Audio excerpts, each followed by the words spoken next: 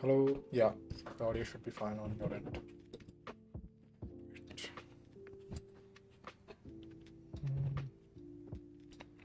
Hello, yeah.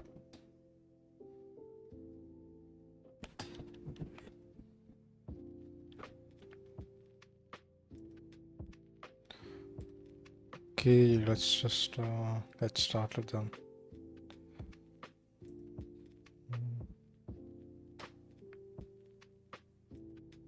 Matthews now. Oh, stream element spot. Yeah. Oh wait.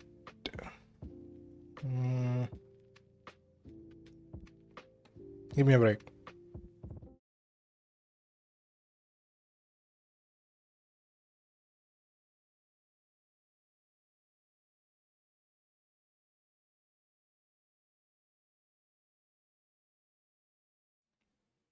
Yeah, I'm back, and I was just checking the Discord server for Catalan and whether there was any kind of notification or something like that.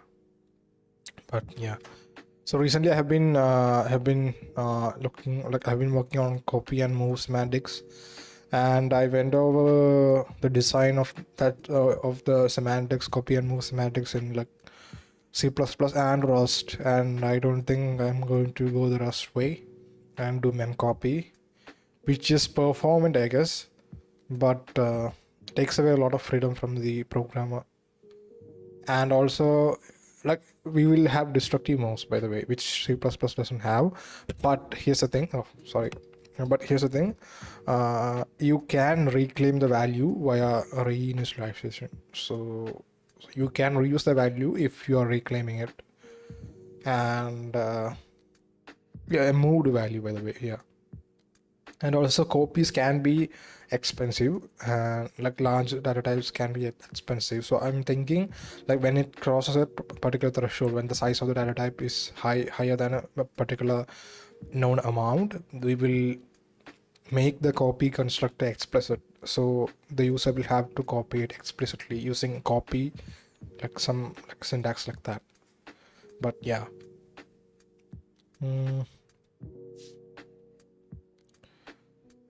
Well, I forgot to change the title, but I think we can work on sometimes anyway, right? Yeah. And let me see. Yeah, for few things to commit.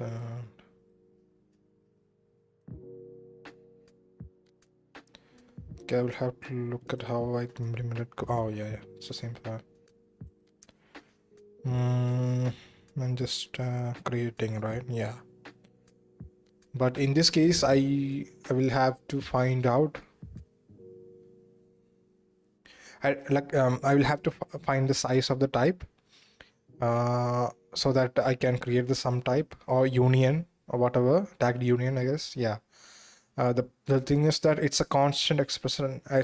If it's a normal constant integer, then I can like easily, get the value out. But if it's a constant expression, I don't know if I can. A constant expression on the LLVM side, by the way, and I don't know if in that case I will be able to get the size of whatever type. Yeah.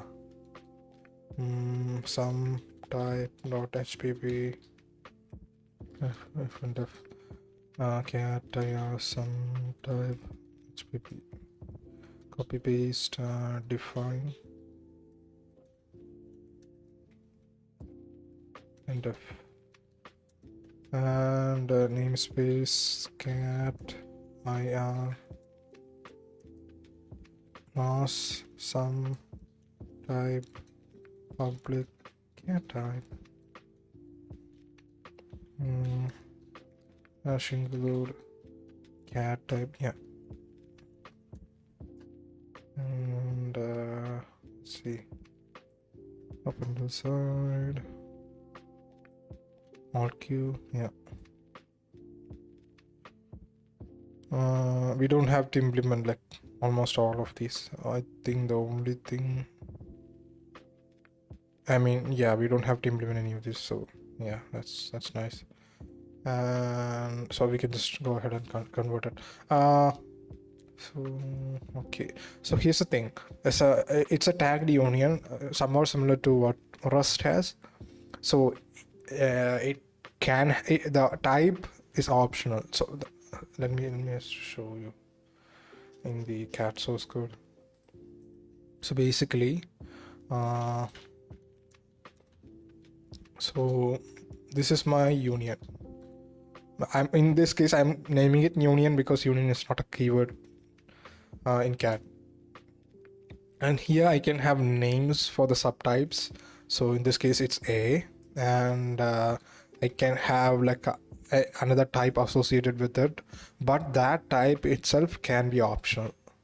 So in this case I want it to be I64.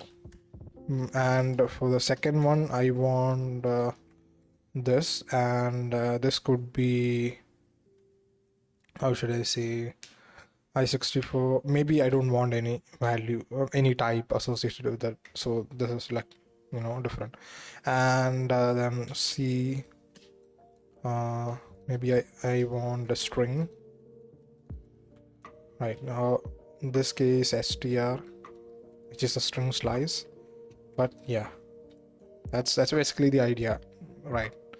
And so the type is optional. So normally this is mostly like vec of pair of string and option. In this case maybe, because like I have added type aliases or type definitions for this, and maybe, and it's cat type. Wow, that's reminds me of Rust.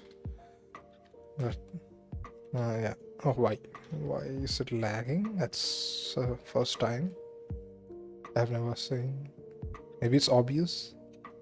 I don't see any dropped frames, so maybe, who knows. And so that's subtypes, and it should be private. I know it's private by default in classes, but yeah,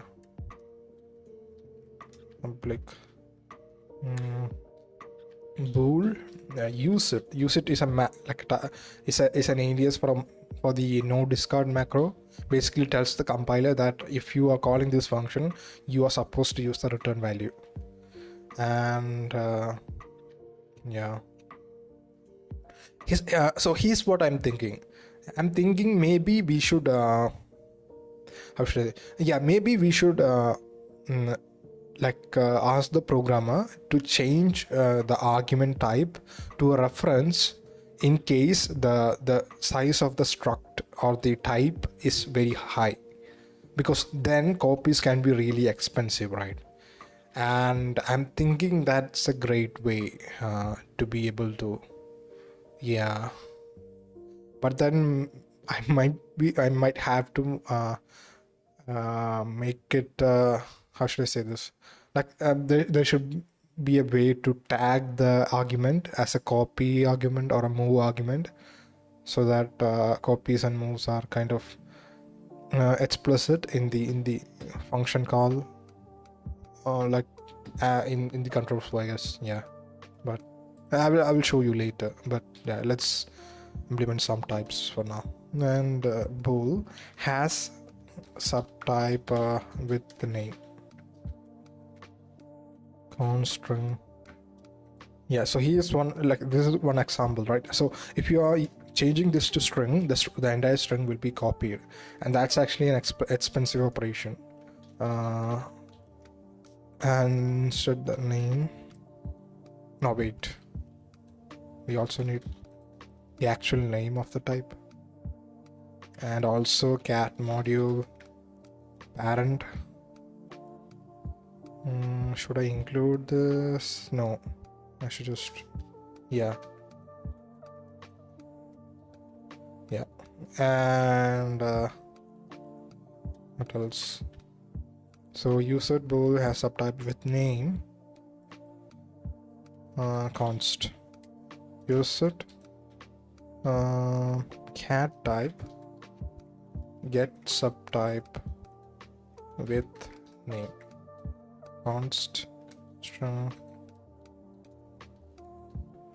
s name.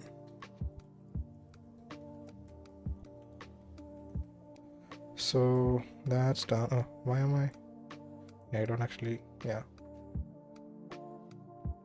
And so we have has subtype get subtype count. Use size get subtype count, and that should be const. What else? Yeah, we need a constructor, some type, string name. In this case, we have to copy it or move it. But yeah, cat module parent right now. Cat module parent also back of pair of string maybe cat type. Wow. What else? Get subtype count. So that's done. Oh wait, maybe not cat type pointer, right? And I think like all function calls to this function will be after this function is called. So I think we can just plainly return the pointer and assume that that check has been done in the compiler, which it will be. So yeah. Use it. What else? Yeah, get parent. Yeah.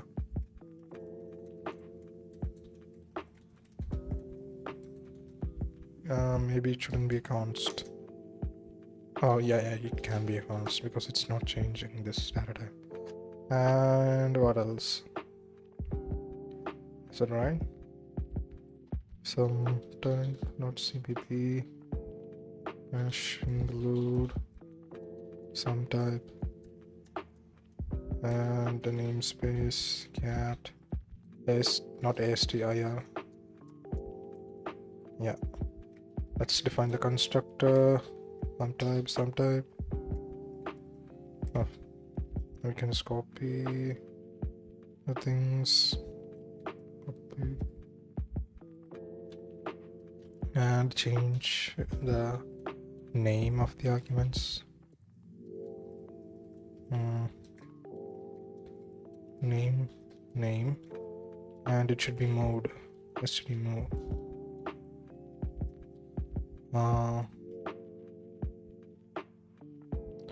Parent right, yeah. And subtypes, this is a I don't know, this is a really expensive operation.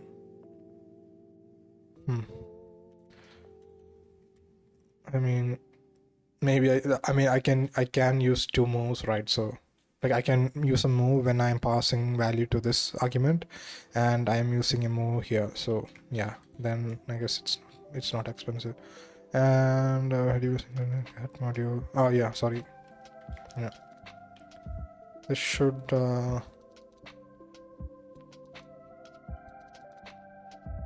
Oh yeah, that's a previous one. Yeah. What else? It's open to the right. Yeah.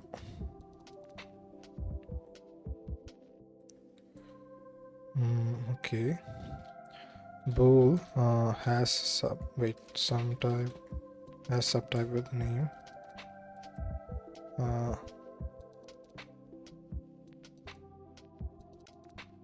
Why are these giving errors?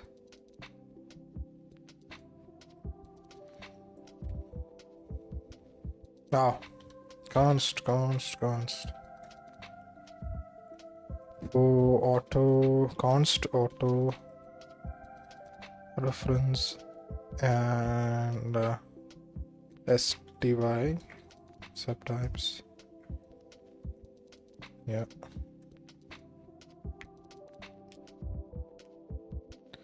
What else? So sty is a pair, right? Yeah.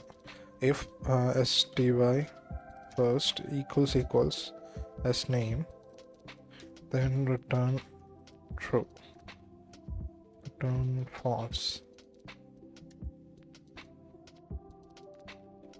Yeah, that should go away when I save it. Is there anything Oh, yeah. My bad.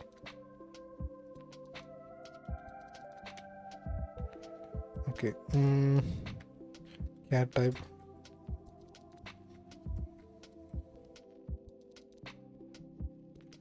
Some type get subtype with name. For const auto.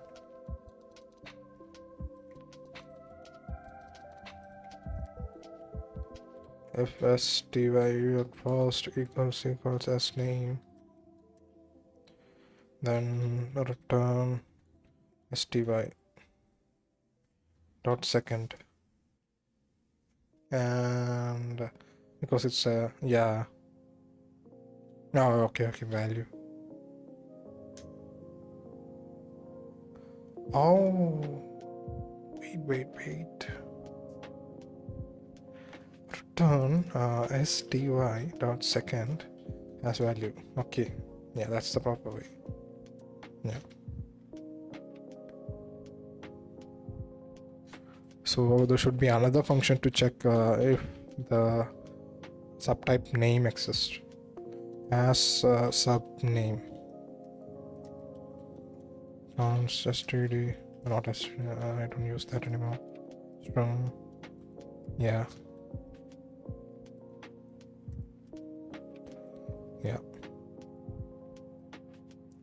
Return null pointer. Rule sometime as subname. But for const auto sty of types.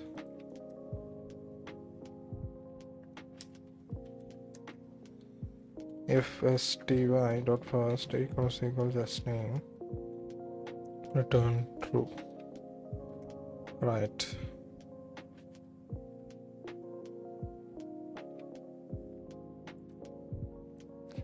Maybe I should change this.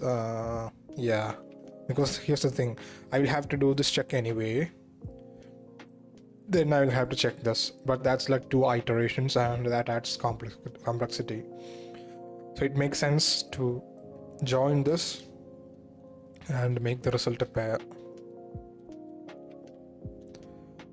of bull, and let me see.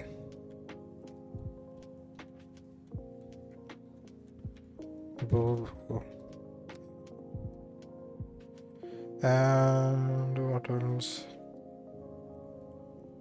So first we check true. Right, return false. Yeah, that's work. Yeah. Okay then. So in this case, it's just one function name.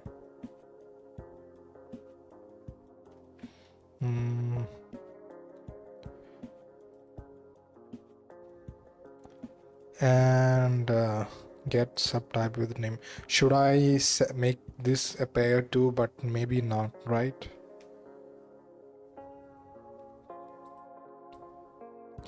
Technically, I don't have to make this a maybe because it's a pointer, so I can make it a null pointer. But maybe for being explicit with the design, I guess I can keep it as a maybe. So instead of 2 checks, now we only need 1 check and get the result in just 1 execution of the function, 1 call of the function. And some type is kind of confusing to say because is it SUM or SOME, and maybe I should call this union type, but I mean at least in the compiler and it shouldn't matter because I'm familiar with it. But in the language spec or something like that, I can make call it union. That should work. Yeah. So what else? As subtype with name, get subtype with name, get subtype count, get parent.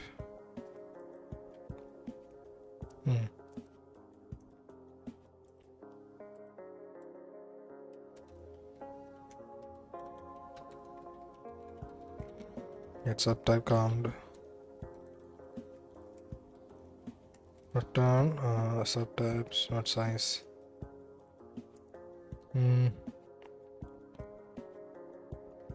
Cat module, some type, get parent.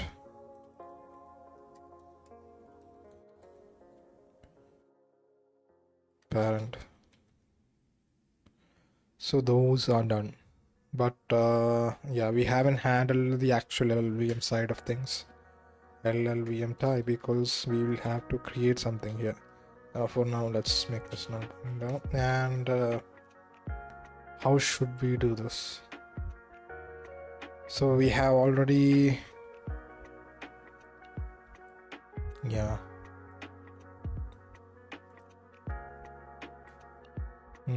Okay, I'll have to, like, we'll have to check if these things have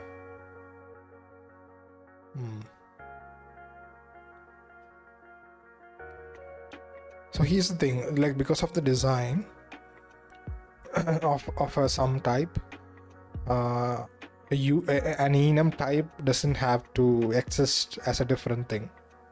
It can just be a union without any types, associated types. So I'm thinking, should I allow that? Maybe I should try it, because that makes it a lot of, like, elegant, a lot simpler, to be honest, instead of adding a new keyword for enum and all those things. So let's see.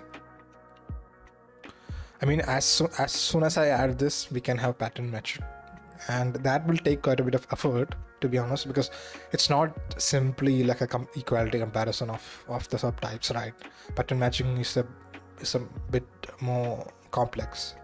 You should be able to handle custom values, tuple values, and all those things. I don't think we'll have tuple value, like pattern matching with tuple values in the beginning, but yeah, I mean it's programming, so anything is possible. Let's see. I still haven't learned to use the ranges algorithm. Find if subtypes. I still haven't, like, I really should try learning the ranges thing. Begin as subtypes dot end, and then you provide and there should be, is there another? Yeah, it should return a bool, right? Yeah.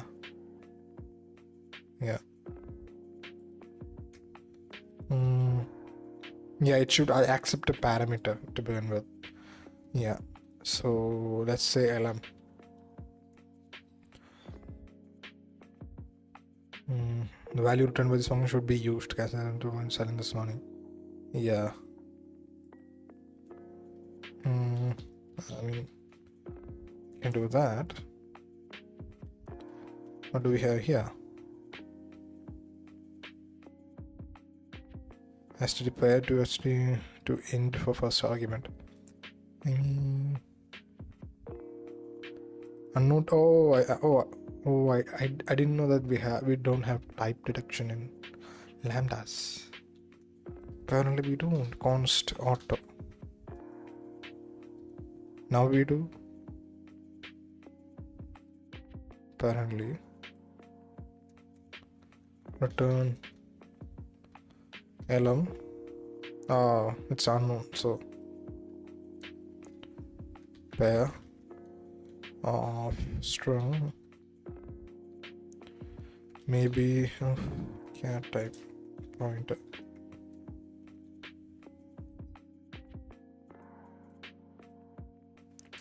lm dot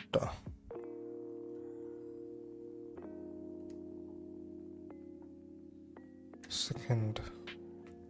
Yeah, this is not what I want. This I think finds the first something or something. Yeah, Yeah, this is not what I want. Let's see. Yeah, a good old for loop should do.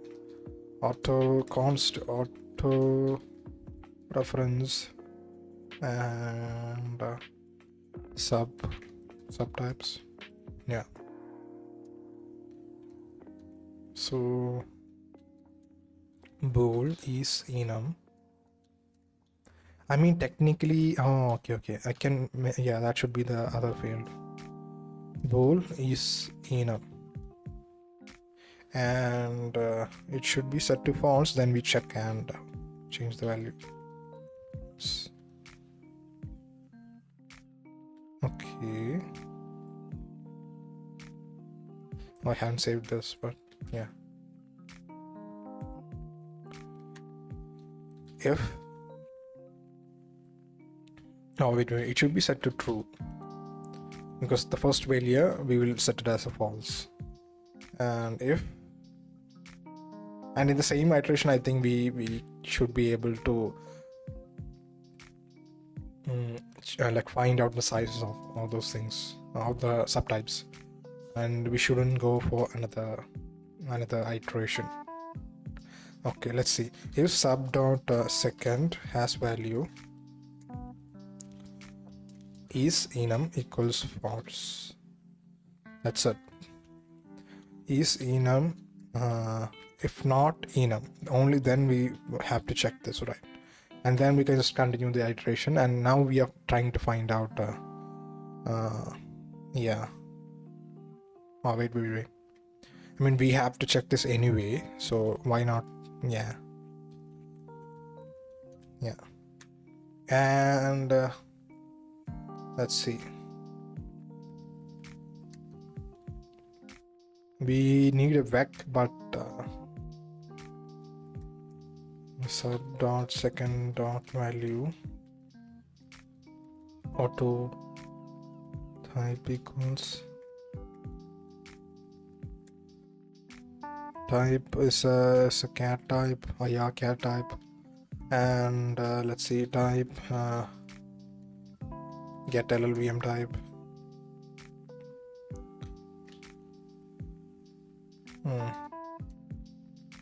Yeah, LLVM constant expression get size of. So this is the only possible way to get to actually get the constant to get the size of a type, because like the size of the type changes in like different platforms.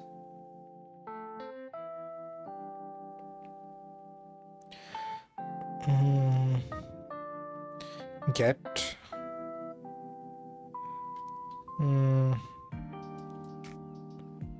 integer value, no, apparently not. Is there any way I mean, I might be able to get the size of the, like, this other way is to make it a pointer to something and then heap allocate the object, which I don't think is a performant way of doing things. Or maybe it is, not sure. I mean, imagine if it's a like 1-bit integer. If I make it a pointer, that's a like huge performance drawback. Right, yeah. Let's see.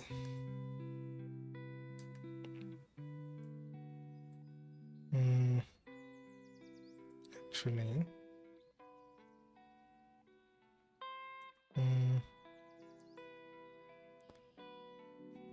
LLVM get size of type during compile time.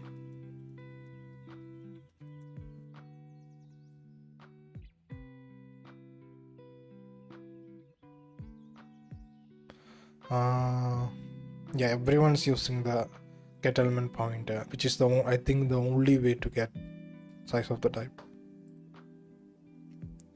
You only need the size because you're inserting it to get element points. Yeah, see, that's possibly that's basically it. And like even the get size of function I'm calling here, even that is actually implemented as like so that it uses get element pointer.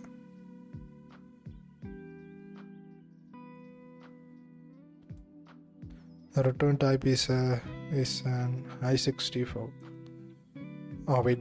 Get size of is a constant, right?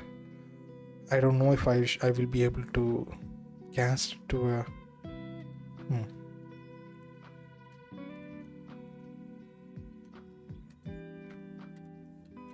LLVM constant int. Okay, after that, let's see. Get. I mean, we already know the bit width. Get value and get raw something. Yeah, raw data. Yeah. Wow. Okay, now we just have to dereference it. Let size equals, or not let. I'm using my own language syntax. Auto size. This might go seriously wrong. I don't think. I'm not sure if this will work because I'm not sure if the size returned by constant expression is indeed a constant int. But I mean, yeah, we are not creating a web server, we are creating a programming language, so you might have to do crazy things to achieve the result. Let's see. So it's used in 64 tag. And I mean, is it helpful to get the size of the, maybe we should store that too. U in the, I mean, I only have the U64 max size equals 0. And I think I should initialize this to true instead of doing it here.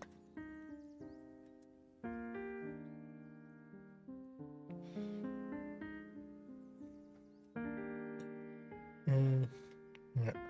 So we only need a max size, and then we get the element pointed to the element and cast it to the appropriate type we need. That's helpful. Yeah.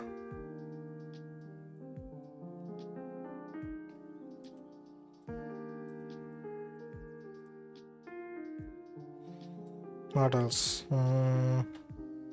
So we now have the size, right? If size greater than max size, then max size equals size.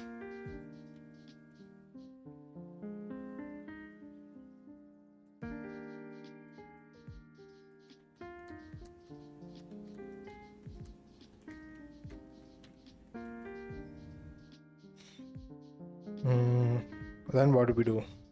Yeah, we just create an integer field that has the high bit. So this return size is in bits or allocation units. So you multiply that with 8 on the number of bits in a byte or an allocation unit, and then you should get the, like, is a byte ever greater than 8 bits in some random platform? I don't know.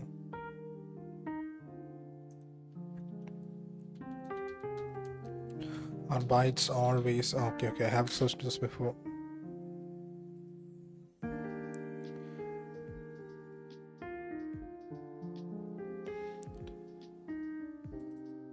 Okay.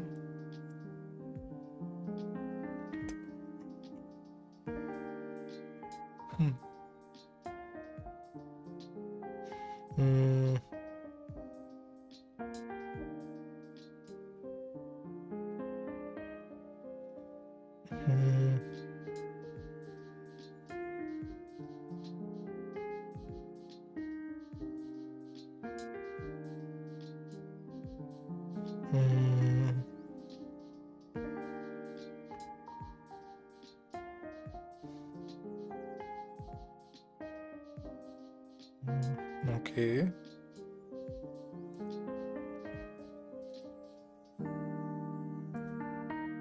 Yeah. Okay. So we now have the size, but this might seg fault, by the way. Show getting size of the subtype in some type. Hash include show. No. Show. Yeah.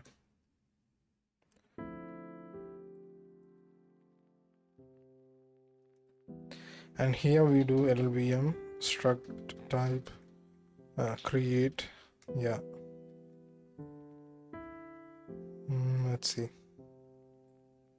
So we only have two elements. So the first one would be the actual data, or maybe the first one should be the maybe the first one should be the tag, and the second one should be the actual data. Is it packed? Should it be packed? I mean, it's a union. Does it make sense for it to be packed? So we also need like another fields for this, by the way. Yeah, and also like if you're making this enum right now, this can't have like how should I say this, like custom enum values. Like in C++, you can assign values to different fields in an enum, and you can't do that in the language here as of now.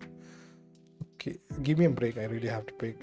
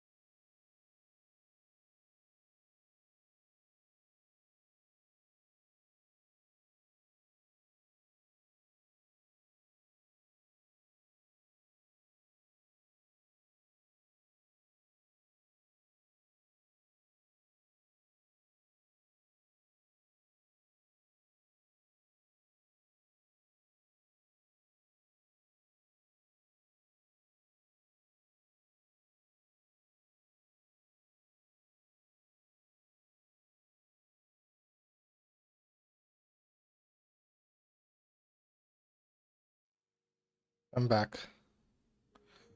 Yeah. So name, I mean, yeah, name elements is packed. Should we pack it? I mean, usually network, what is this? Like network types are packed. Like types used in network communication are always packed because you want it to be as efficient as possible. You don't want any kind of like platform limitation or anything like that. So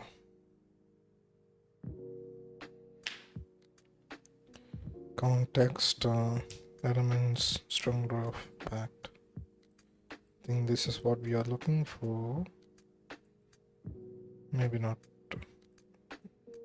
Yeah, actually, and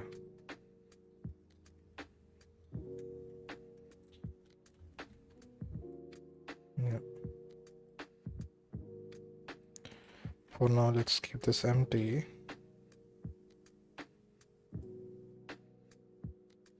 After that, name should okay, it's parent, get full name with child.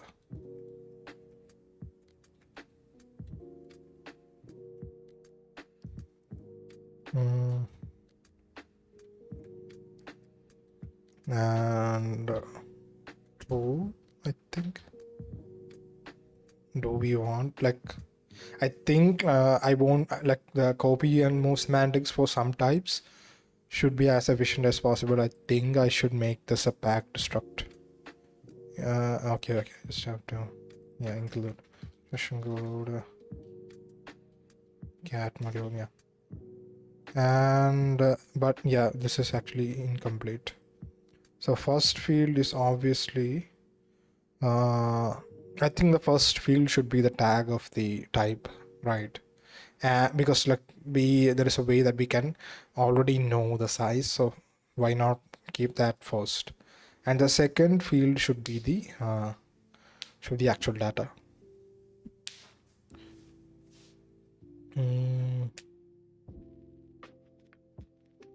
Okay. So here's the thing: if it's an enum, you shouldn't be able to like assign like custom values to the enum if this is some type. If it's an enum type, then sure, but other than that, you shouldn't be able to assign custom values like this, right? This shouldn't be allowed. However, if this is actually an enum, then you can. Basically, that's kind of the idea. Yeah. And maybe I should change this syntax. I don't know. I'm not sure about that.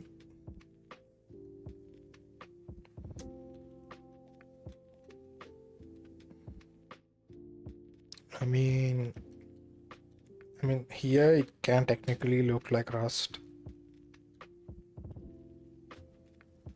I mean, that's better, to be honest. Yeah. And this can be like, I mean, this is not allowed, but if it's an enum, then yeah, this can be the syntax for that. And we'll see. Oh, wait. I made some mistake, didn't I? Yeah, this is the proper syntax for some type. And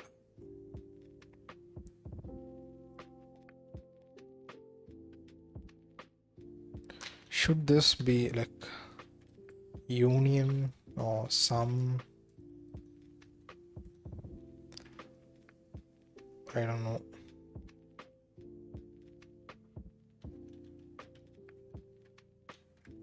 Maybe union, and it will have to be like it is tagged union.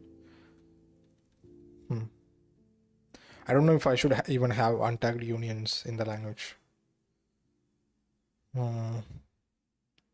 It doesn't make a lot of sense. I mean, I get why C++ has it.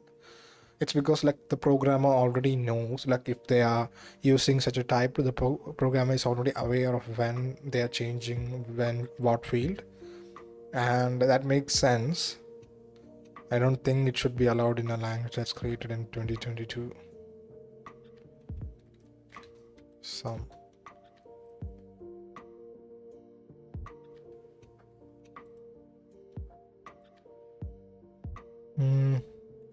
Yeah.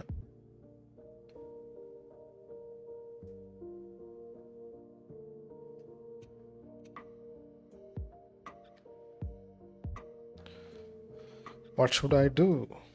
I think this should be pretty good. Some union.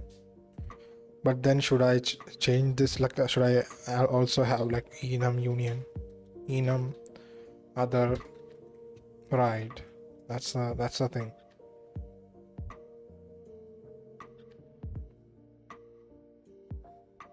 maybe I shouldn't. Sum. It should just be sum. Union.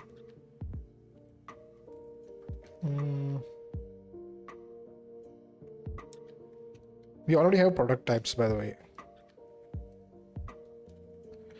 Well, like product types basically are tuples. That's it. Nothing like too crazy about that.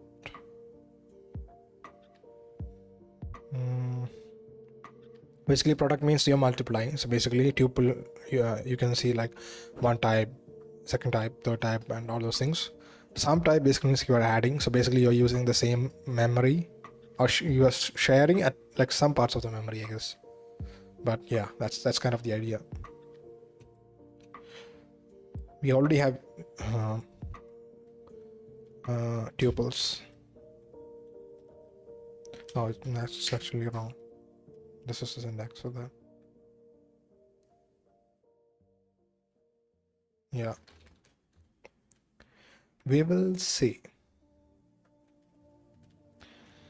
And I like at some point I'll also have to support a template subtypes. This is going to this is going wild. This is going to get really wild. And like this, right? And this means that like the same, like two variants of the same type will have different size, but that's also already the case for like core types too. So what's the difference, right? Wow. Oh dude. Oh sorry, I opened Discord.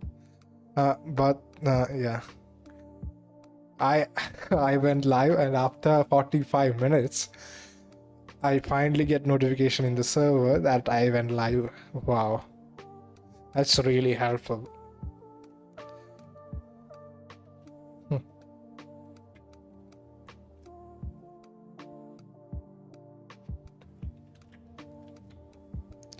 And let me see, some union. Maybe I should.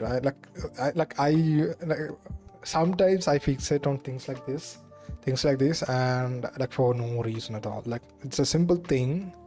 Why am I too obsessed with this? Right? Yeah.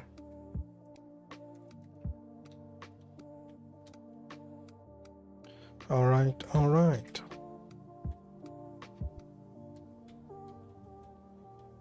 So in this case, it's not actually some type at all. It's a union. That's why I'm like, Like in this case, it's not a sum type. It's an enum, not union. But yeah.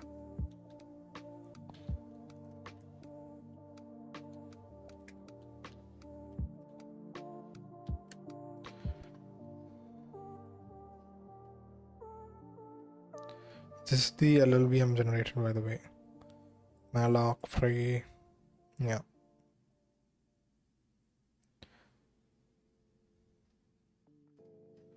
We have destructors, by the way, so things have really become good.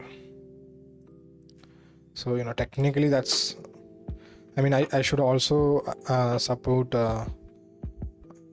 copy and move semantics, but technically, since we have constructors and destructors, we have RAII, which is like RI or RAII, which basically stands for resource acquisition is initialization.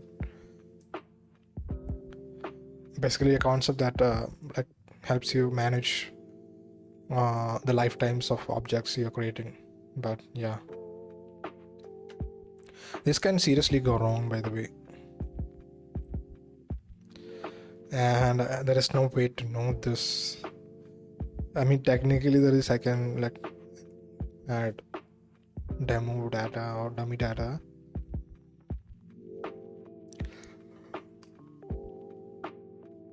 We'll see. The other way would be just to make this field a point, the first field a pointer, and then just how should I say, cast it to whatever point, and like allocate the value in the heap. But yeah, for some types, it's not SOME. That can be like, how should I say, that can hinder performance if the size of the subtype is lower than the size of a pointer, the platform size of the pointer. So let's see. First, yeah, we also, like, if we are like trying to make it efficient, we also should find out how many values there are. Wait, what am I saying? Yeah, like how many let's see. Should I have two types of, like, there is type, then there is enum, then there is sum? Should I have that? Enum union.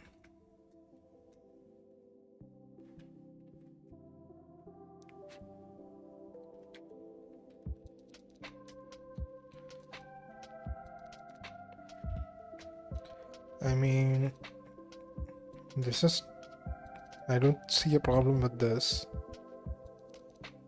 Maybe I can also give an option to pack this.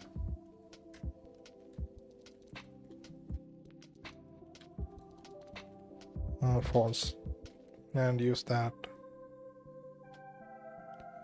And let's see. Bool. Wait, what am I looking at? Not that. Yeah. Okay. LVM context. CTX. Yeah. Is packed.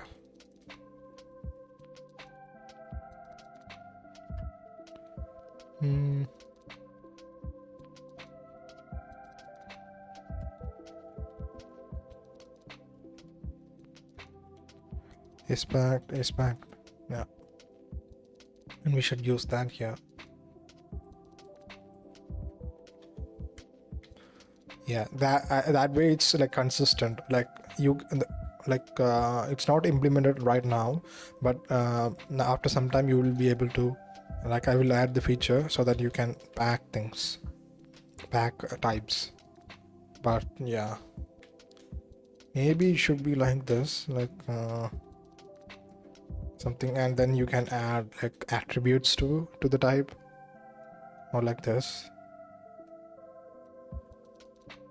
Maybe.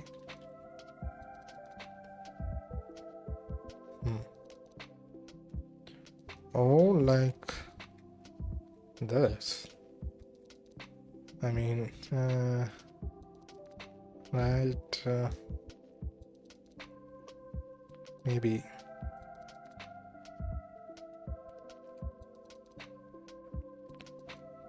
Info, be like that.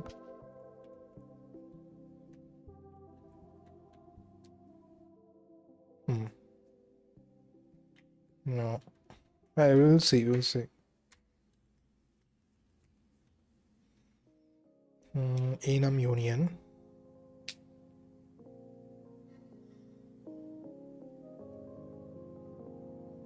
Yeah. Let me just check it. I heard something.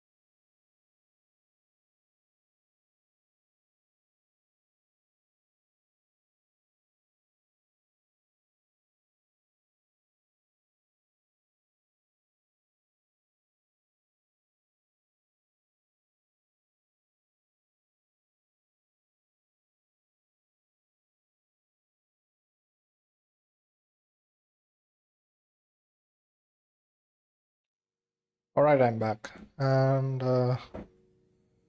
so, I don't know if I should have the enum keyword at all. And maybe change this to some. And if they don't specify any type, then it's an enum by default. B equals, then see, or something like that. But if they do provide a type, then they're not allowed to provide this. And that's basically it, right? I64, something like that.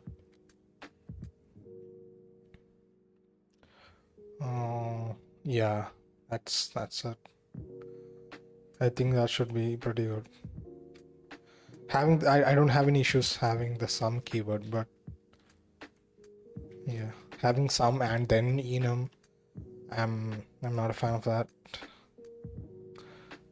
Right, yeah. If it's an enum, then you only need one field. And yeah, like in the LLVM side, you only need one field.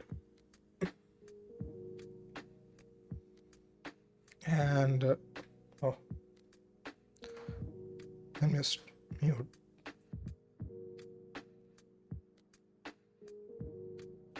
Yeah.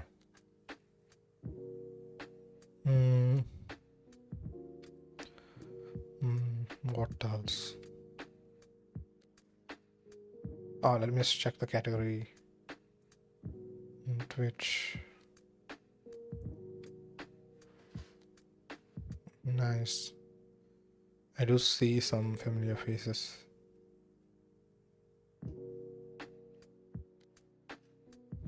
Yeah. Okay, let's get back to it.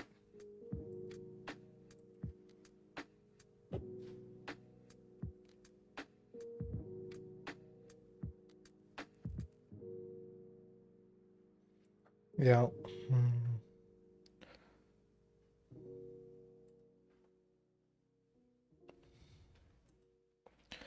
So here's the thing. Let's look at the implementation, because this could go seriously wrong. I might seg fault.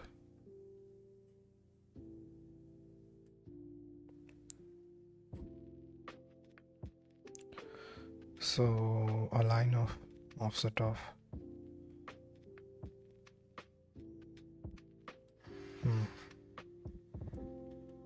yeah.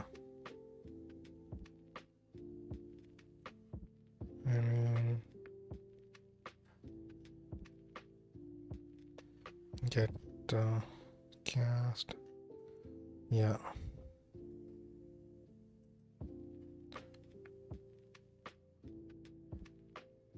Should I get the size set compiled term? I should, right? Yeah. I can't just yeah, I can't just assume.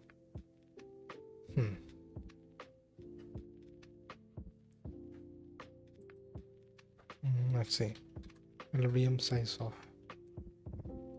Get size off.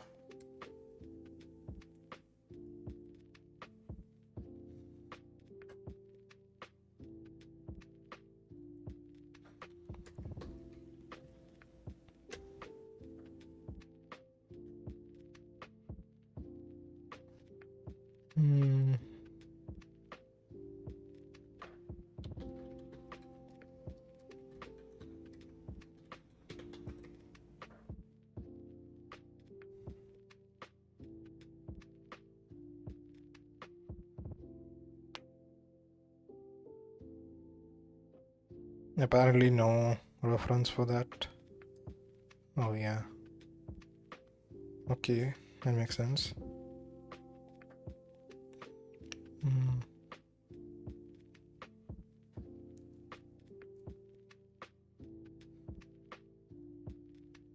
Get size off.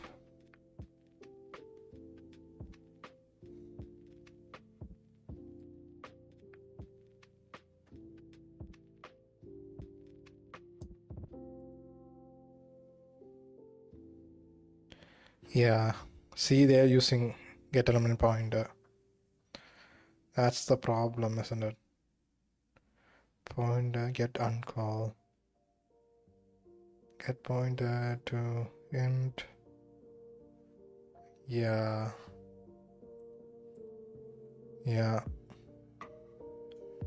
that's what they're using.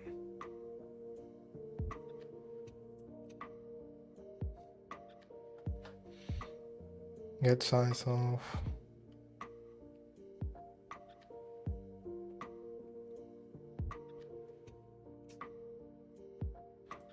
Yeah, size of is implemented as. I don't know if this will get us the size in compile time. I think the constants, like almost all constants, are like accessible during compile time. And I don't know if constant expression here is synonymous with the constant expression you're seeing in C++. I don't think it is, but maybe. I don't think it is, because like that can be evaluated at compile time or runtime. This, I think, is mostly compile time. Yeah. Let's see.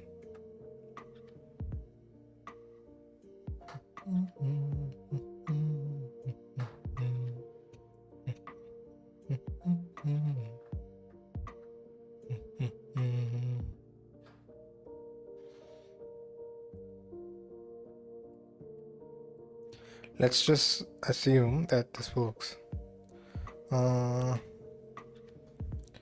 Got size of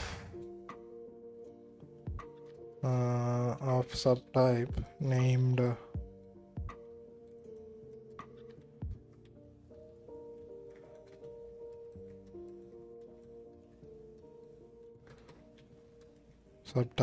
named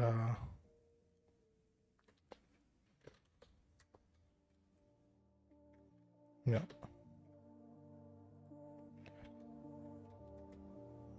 Why did I run clean?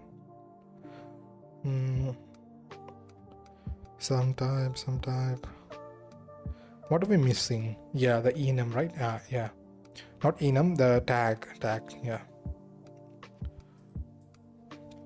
Let's see, LLVM type get int 64. I think, I mean, technically, like, it's an unsigned integer. I mean, or at least it's supposed to be, but yeah.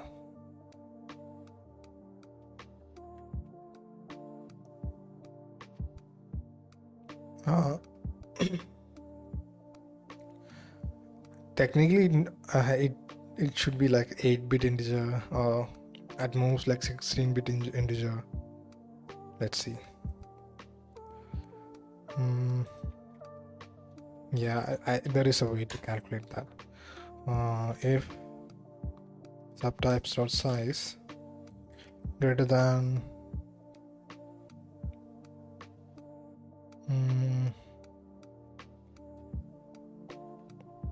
not 10, 255, not 256, then okay, so tag size, right? Yeah, I remember writing logic for this, but maybe I didn't. Equal to 8, and I mean U size technically, right? Yeah, U size. Yeah, the alignment is not helping.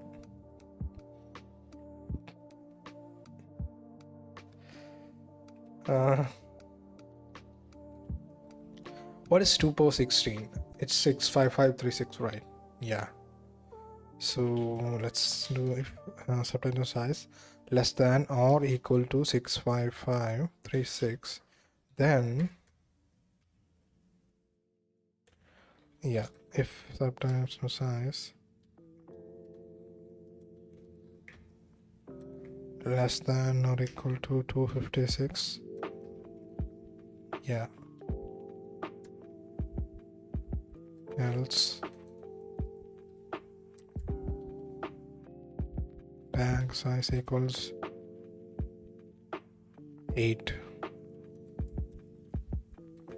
I mean, we are already providing a default value. Maybe we shouldn't.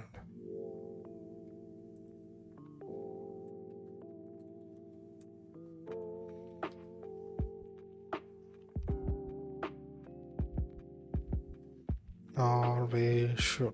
And then what am I doing? Like redundant things. And yeah, we can just check.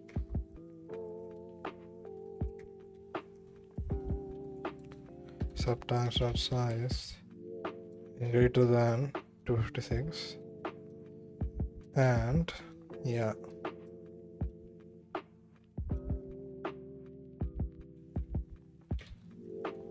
Actually, this can be outside, so that I don't have to do that every time. I haven't slept well in the past few days. I think that's why I'm like a mess. Else, what's 2 power 32? Let's see, 1073, something like that. That's 2 power 30. So yeah, I don't actually remember what's 2 power 30. I used to like calculate that. 2 to the power of 32. Okay.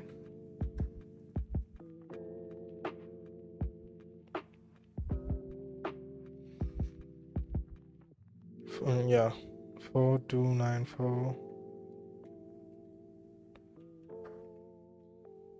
Wait, yeah, 967296. Else if subtypes not size. I don't even know if that's even if U size can get higher than that.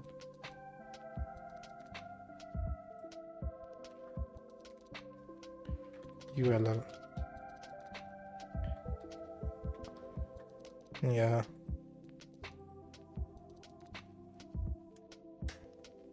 So in that case, tag size equals 16. In this case, tag size equals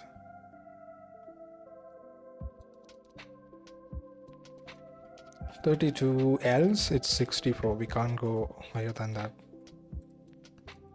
64. And we can, this alignment is kind of a mess.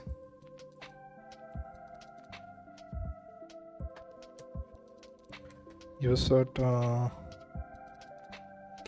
technically it's tag bit width const.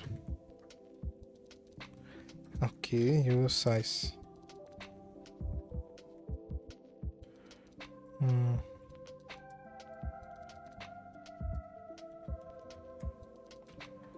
Okay. Use it bool is packed.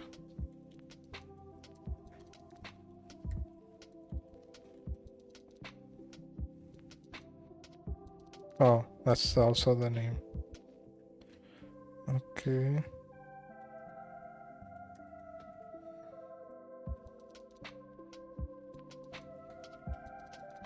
Yeah.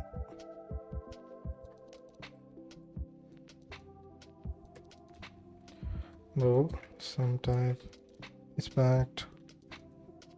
Okay. Nice. Oh, I have 2 alerts apparently.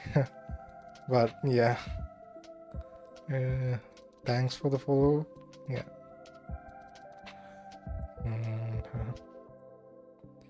Yeah. Return is back. And use size, get some type, get tag bit width const, return tag bit width. Yeah. Okay. What else? I mean, we need these functions. They're convenience functions, and yeah, whether it is an enum or not, use it. Bow is enum. At first I thought maybe I should use the type keyword for all types, like all kinds of types too, like some types, unit types, all those things. But then here's the thing, like when you scroll through a large code base or when you're like developing, it's not easy to spot like some types and code types. I mean, technically the syntax is different inside the definition, but still it's kind of hard to do that. So okay, this is enum variant or something like that. Not variant. Yeah.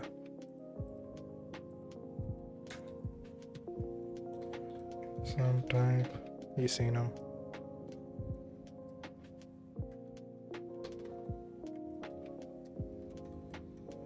Is enum. Yeah. Okay, get tag build this done. What else? I mean, nope. Readability magic numbers, it's kind of obvious here, but maybe I can make these null and begin, null and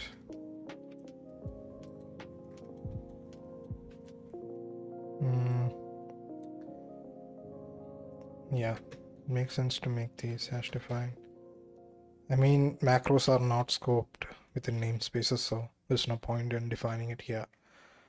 But why not? 2 power 32.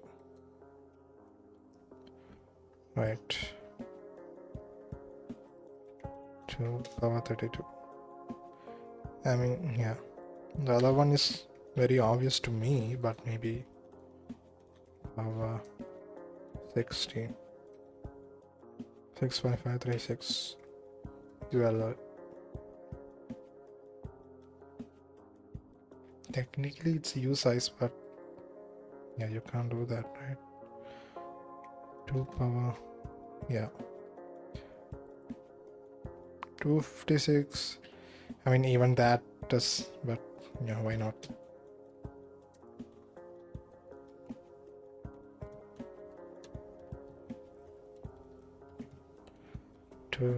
That's too obvious, but I might as well. I'm not going to change these, but you know, because that's pretty obvious. That's very obvious, so yeah.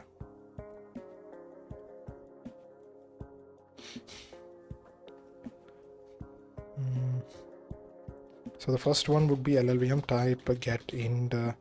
Okay, get int n type, because the width might change. So ctx and tag bit width. Yeah. The second one is the actual data. So LLVM, and that should be an integer too. We can't have void, so yeah. Get int, that's also n type because we don't know the value of max size. So max size times 8, right? Yeah, this could go wrong. Technically, yeah. This could go wrong because I mean this shouldn't. Like, it's the allocation size in bytes.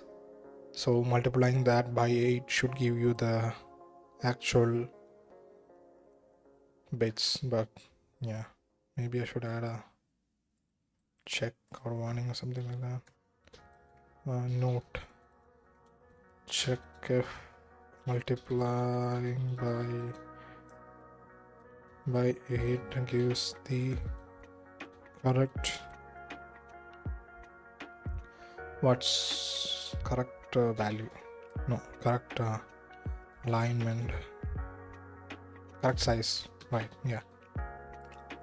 So we just successfully created some type. Nice. What else?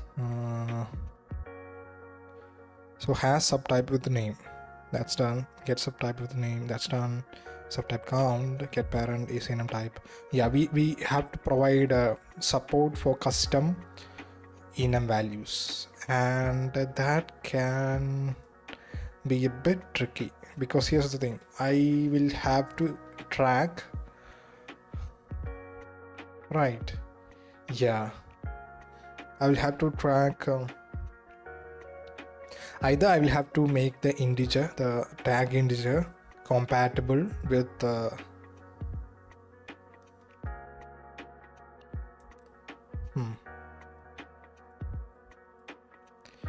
yeah, I will have to make this compatible with the value. Either I will have to hold that value here, or I will have to,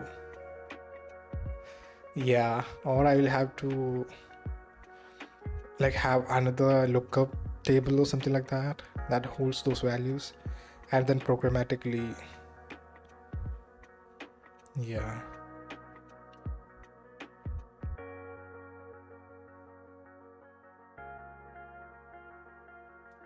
Correct allocation size. But yeah, maybe there should be an enum type. Maybe.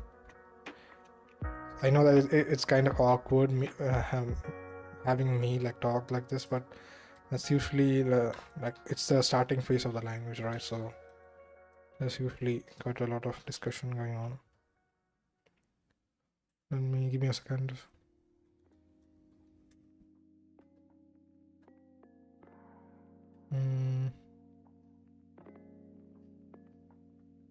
Yeah.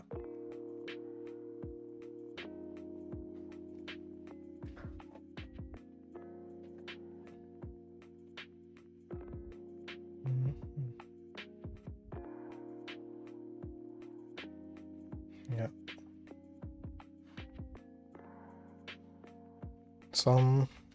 Hello.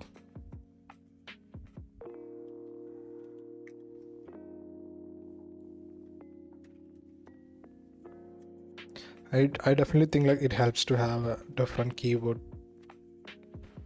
Yeah, but 64.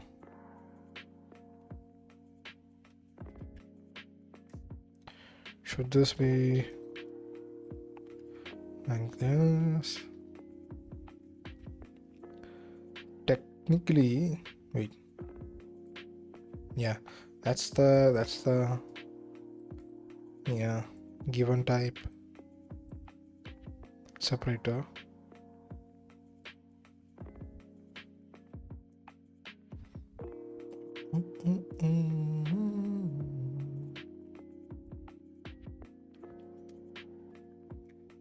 Maybe this.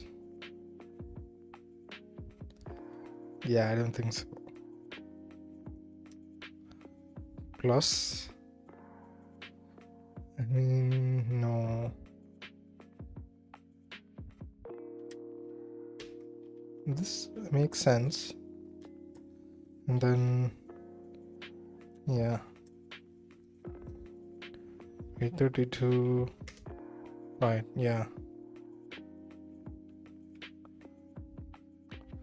This makes sense, but yeah, why not, right? Let's have this as the syntax. And when you create it, like when you create a value, you basically do hello, yeah, double colon, and then a, and then you provide I64. That's it. This is the only place where you have to use this double colon. Should this be like this? I don't think so. Yeah.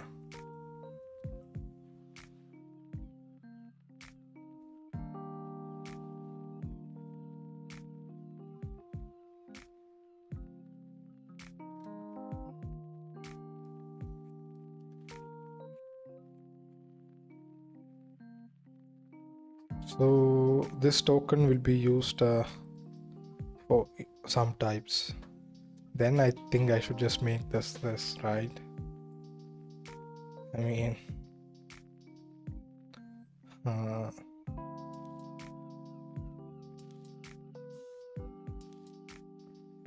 and yeah, sorry that.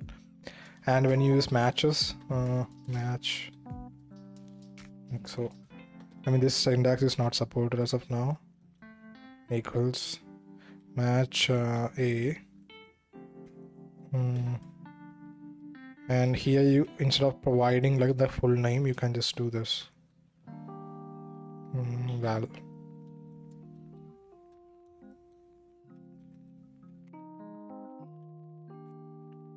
Maybe.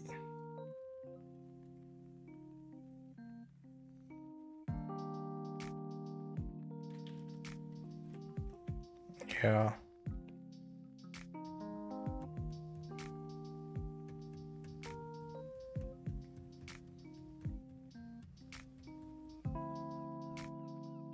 Or this.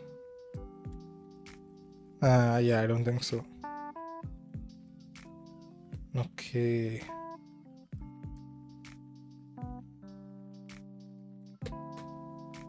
Yeah.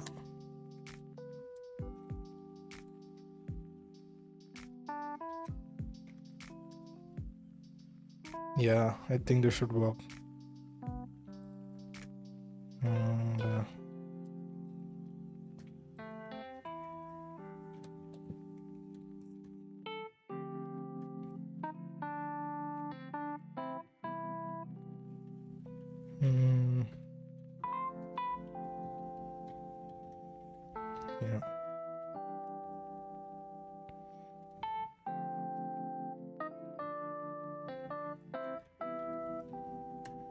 Yeah, this should work. This symbol, by the way, is called alt arrow as of now.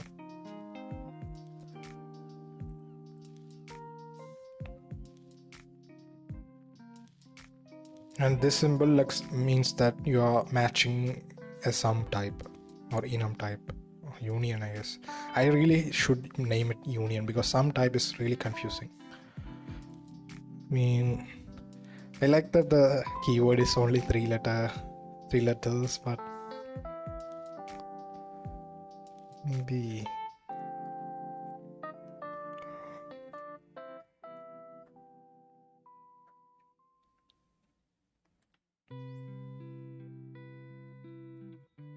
Yeah, we will make that a symbol. I think this is the proper way to do it.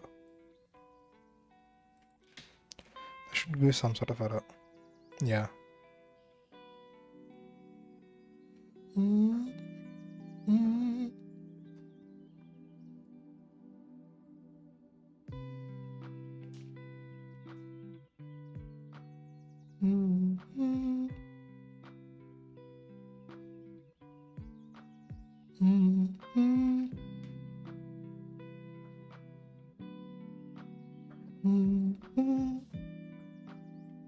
Oh wait, this is actually the wrong one. Then, yeah.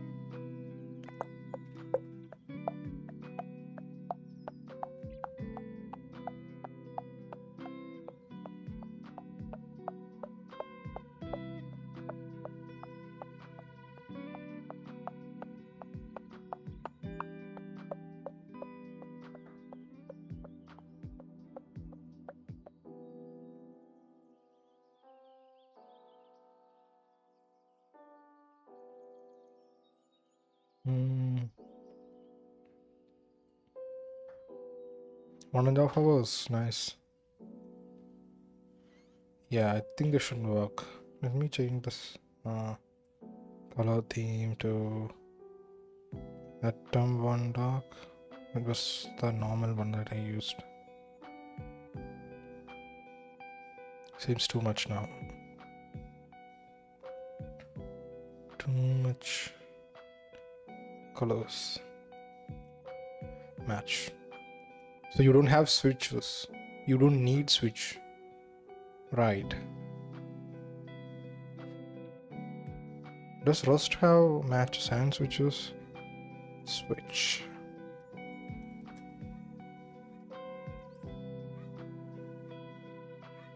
They do? No, yeah, it's match. So, yeah. Because I don't see a point in having both. It's the same thing. I mean, it's a glorified if statement, it's a nested if statement, basically. That's pretty much what it is. But still, it's a lot of convenience. And nice to have it.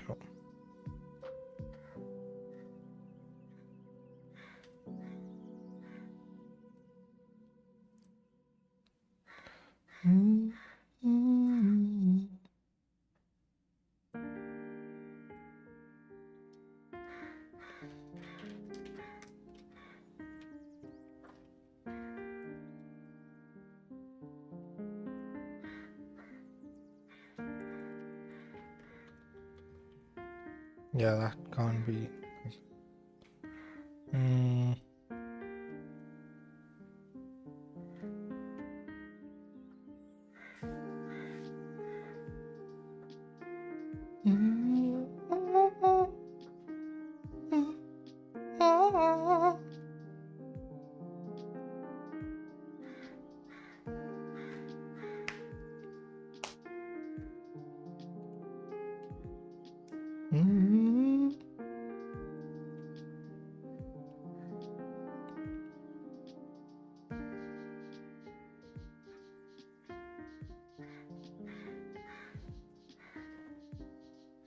Yeah. Okay, let's get back to it. I like that keyword. Some types. Product types.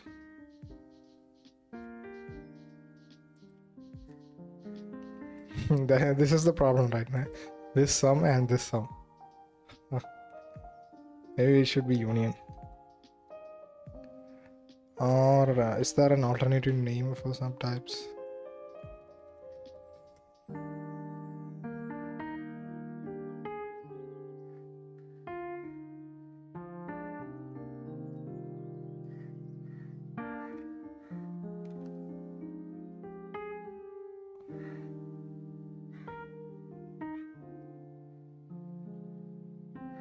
Oh, Haskell allows like bongos of they allow like crazy things in the sum type. You can merge true and false into one type and make it bool, which makes sense in the case of bool, but still you can basically use values. I mean, that's like really compelling. Yeah, that's a compelling feature to have, I guess. I mean, here's the thing. So imagine you want to hold a value, right? Let's say like this. Maybe I'm allowing it for now. Yeah, that's index, and it's a string, right? So in this case, but that's a constant. You can't use some sort of dynamic value. You can't change the value or anything like that. In this case, that's a constant. So it's either this or that. So this is like in TypeScript basically in TypeScript you can do this, right? So let the syntax, but let x equals normal or bold or light. Let's just say it's a font size or anything like that. So this is something you can do in TypeScript, right? And here's the thing, why can't you just create an enum like font weight and have normal, bold, light, right? And I can see that maybe I want the string value but you can just create another function that how do you define a function in TypeScript? Function fw to string. Basically that's a font weight. Yeah, that's it, right? And then switch, and you do this once, you don't have to do it again. That's basically the point. Dot normal normal. Oh, wait, yeah, normal.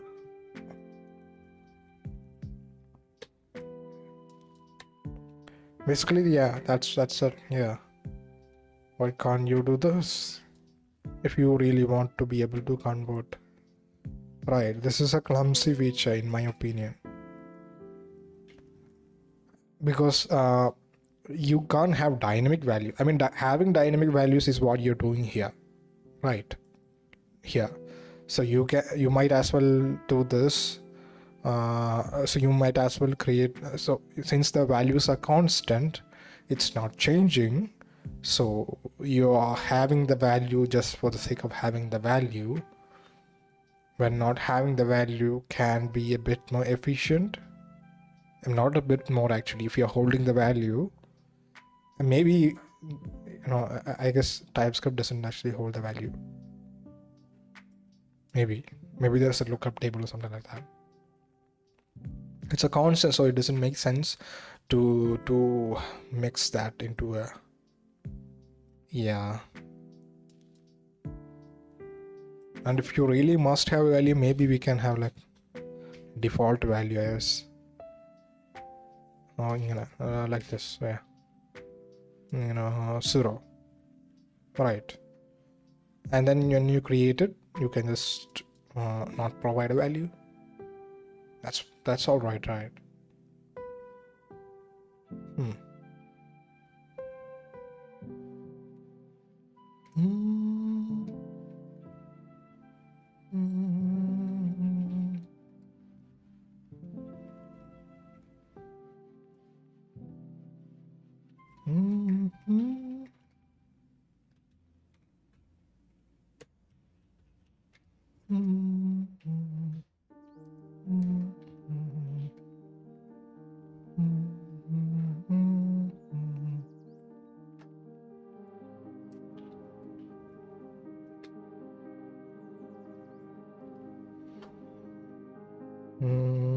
So this fails, and it should. Oh,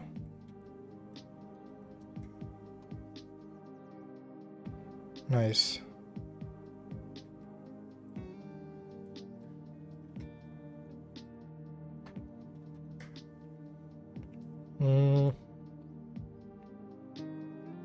So yeah,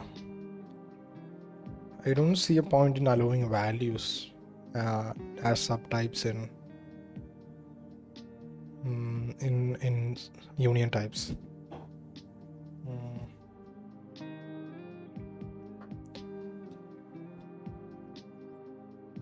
Either false or true.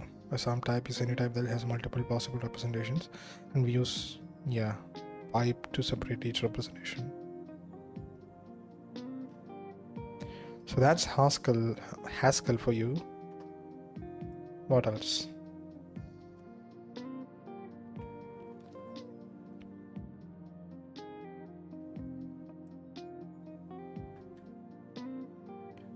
Yeah, so C++ does have a form of subtypes, which is basically union, but it's untagged. It's not tagged. So yeah, you have to keep track of what the actual value is. You can't do it in runtime. That's basically the idea.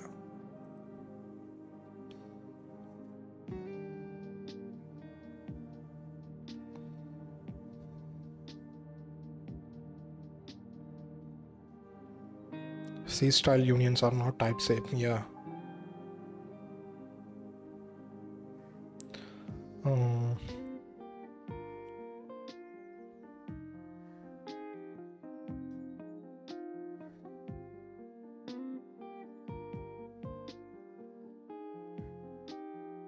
mm,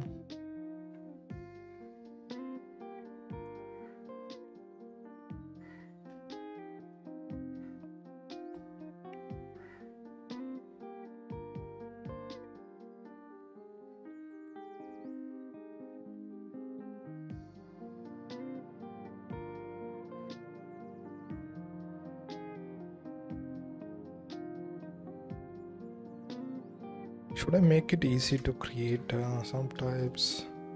So basically type hello equals a, wait, not a, I64 or none. Yeah, that's weird. I32. I mean, these technically, I mean, yeah, in this case it won't have any names if I allow this, and that's just bad design. Yeah.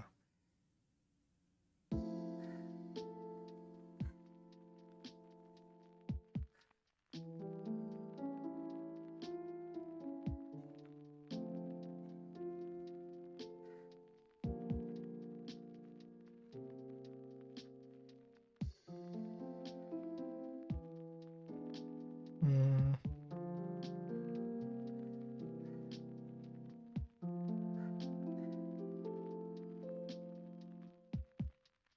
okay.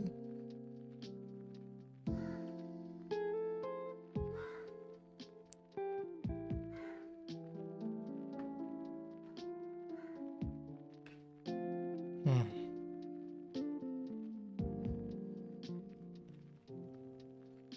Yeah, once we add like some types and then template sometimes, we can do this union option of t. Oh wait, yeah, and yeah, sum of t, or not like that, t, and then none.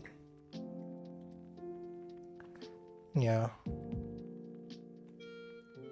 but yeah, we have a long way to go to reach the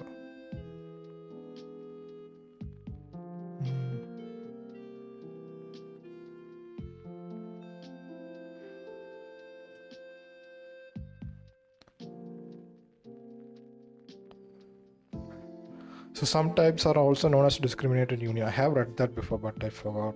Yeah.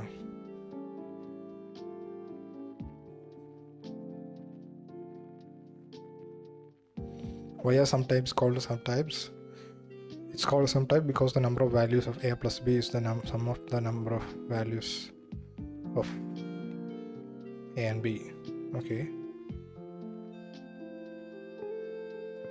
Yeah, makes sense. Makes sense.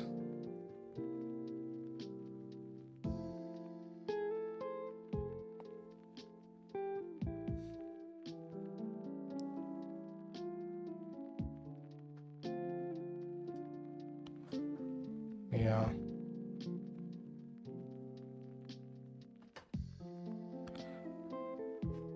Yeah, we should just call this union. And I don't think we should allow face style unions. Or at least as of now.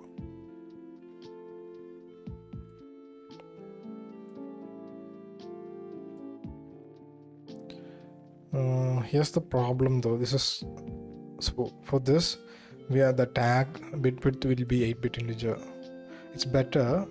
So in this case, there are only two possible values, right? Two possible subtypes, and it makes sense to have a 1-bit integer and then pack this. You know, that way, it's much more efficient.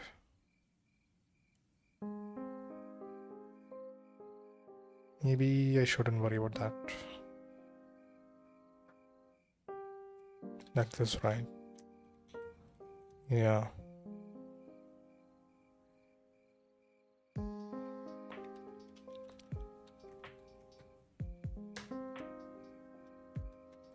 I liked the sum keyword, but calling it sum is kind of confusing.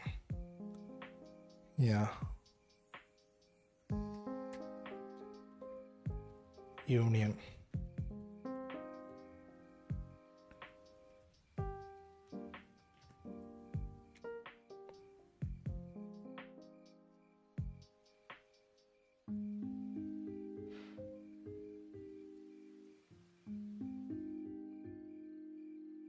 Yeah, we haven't added the pack keyword yet, but we should.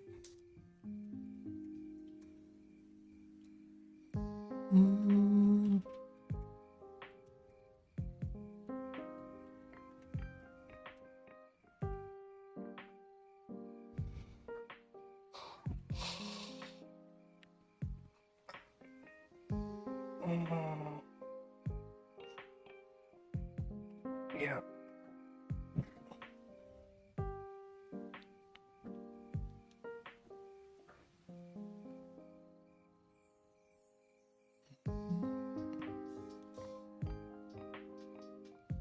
Yeah.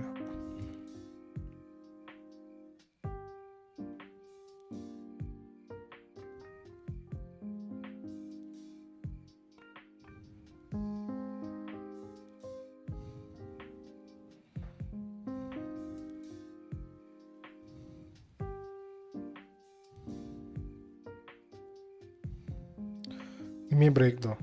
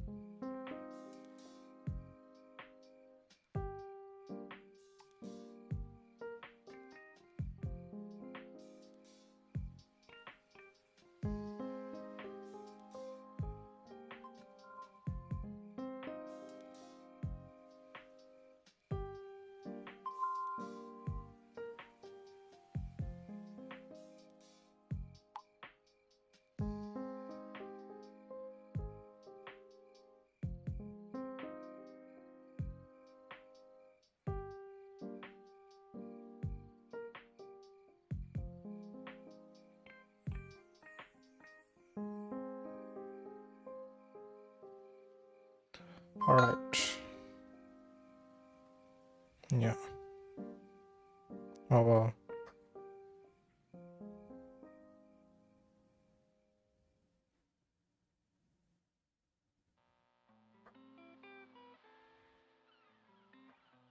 Okay. Wow.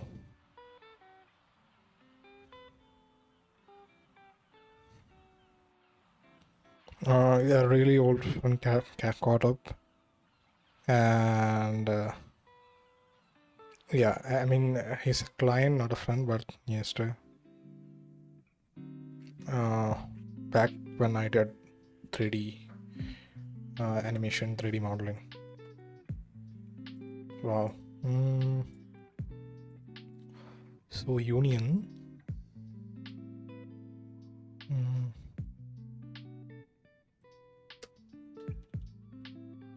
So hello. Yeah.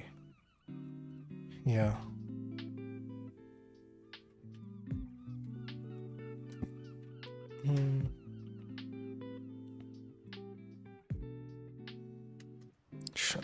So technically,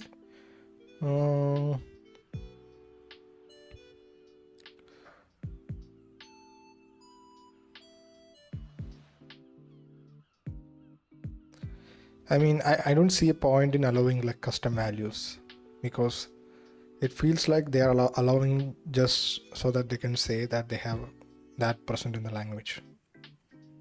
I mean, I don't see that as a great argument to have that.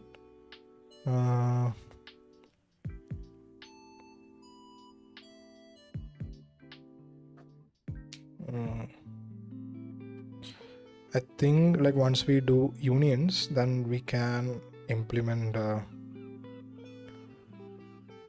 like what am I looking at? Like networking, or at least a basic form of it. Yeah. So here's the thing. So this is another type hello equals 932 or I64. This is another form of some types. Here there is no name associated with any of the types. So if you are creating a value that h equals, I mean in this case, yeah, I will have to make it implicit. That's the caveat, right? Yeah. Okay, sorry. Yeah, I will have to make it implicit. So the types won't match, and I will, yeah, that's not good at all. Yeah.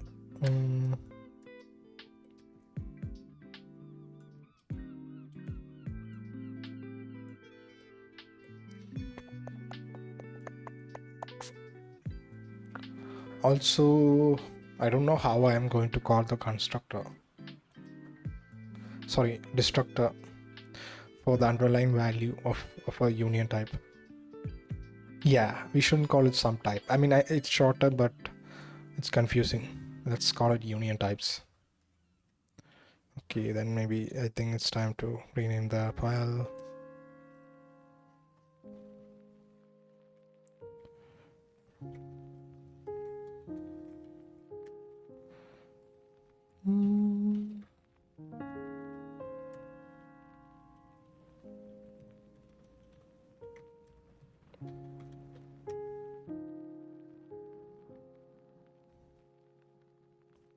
Okay.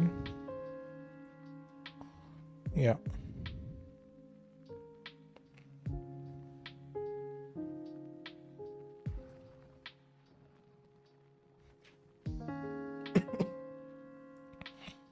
And some types should be renamed to union types. And okay, I forgot something. I forgot to change the theme, but maybe for now it should be like that. And what else? It is a magic number. Consider replacing. Sorry, I don't think it is a magic number.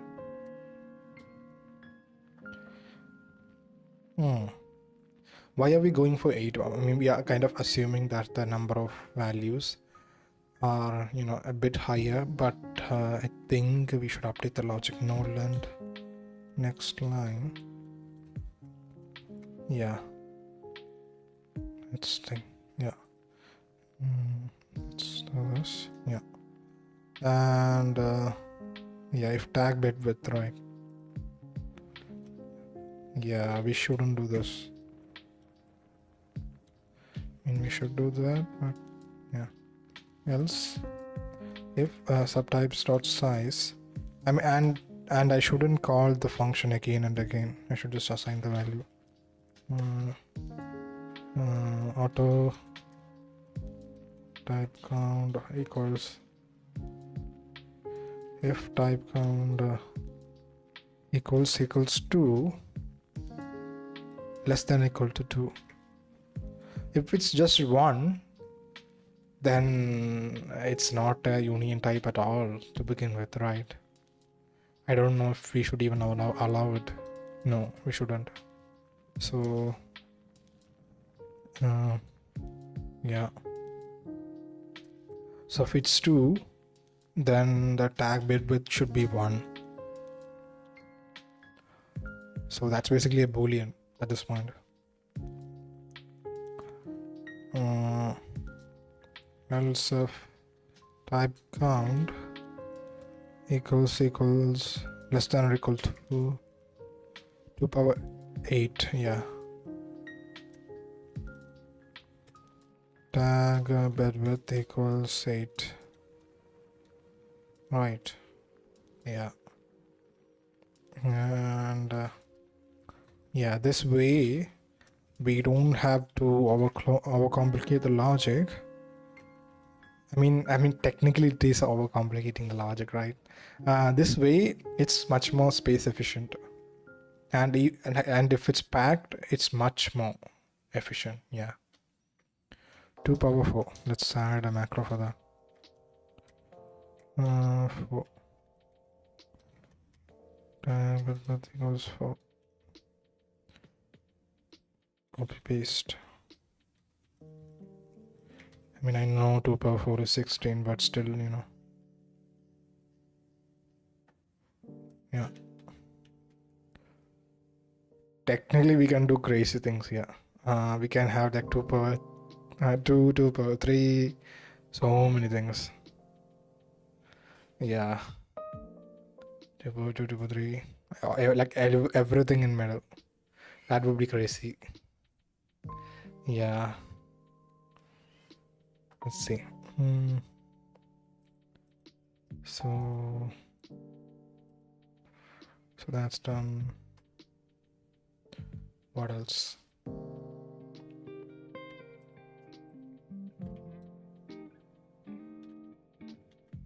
So we can do sudo. Technically it's sudo, right? The memory should be sudo. I think so, but anyway.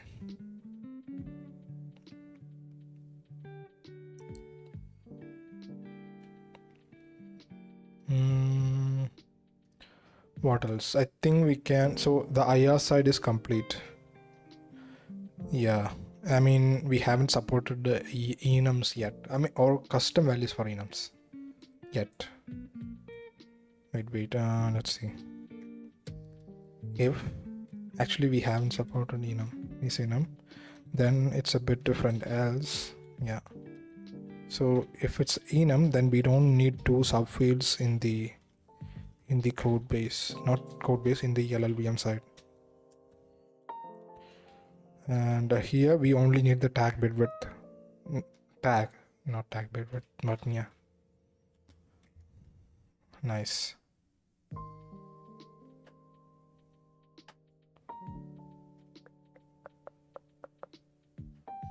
Okay.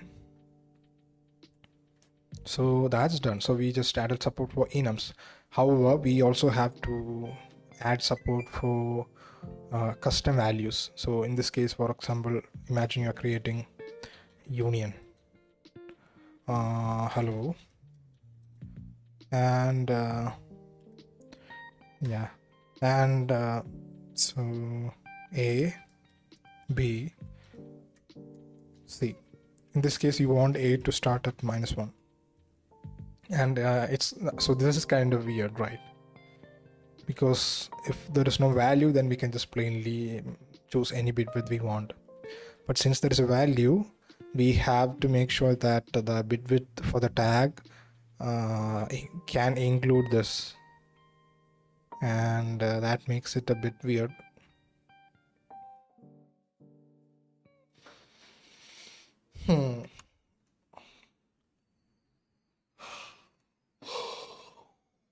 Yeah, so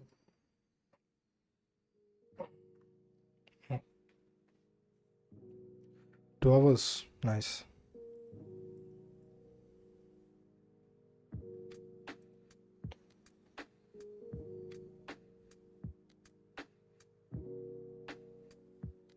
So this makes let me see.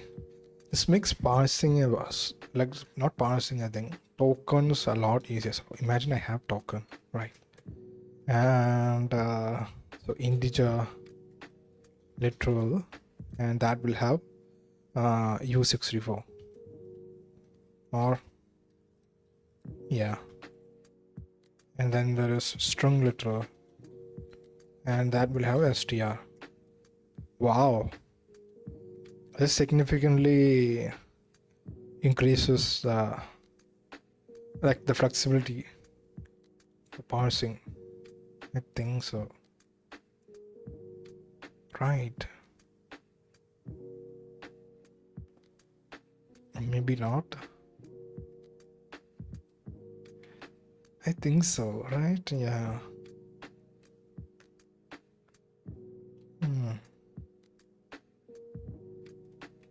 Yeah. And for example, colon, and that doesn't have any type associated with it.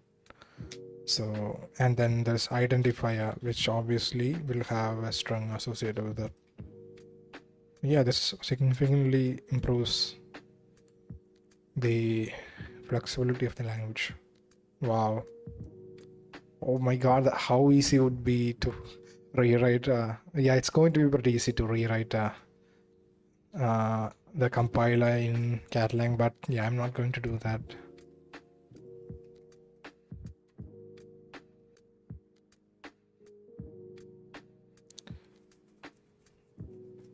Oh, wait.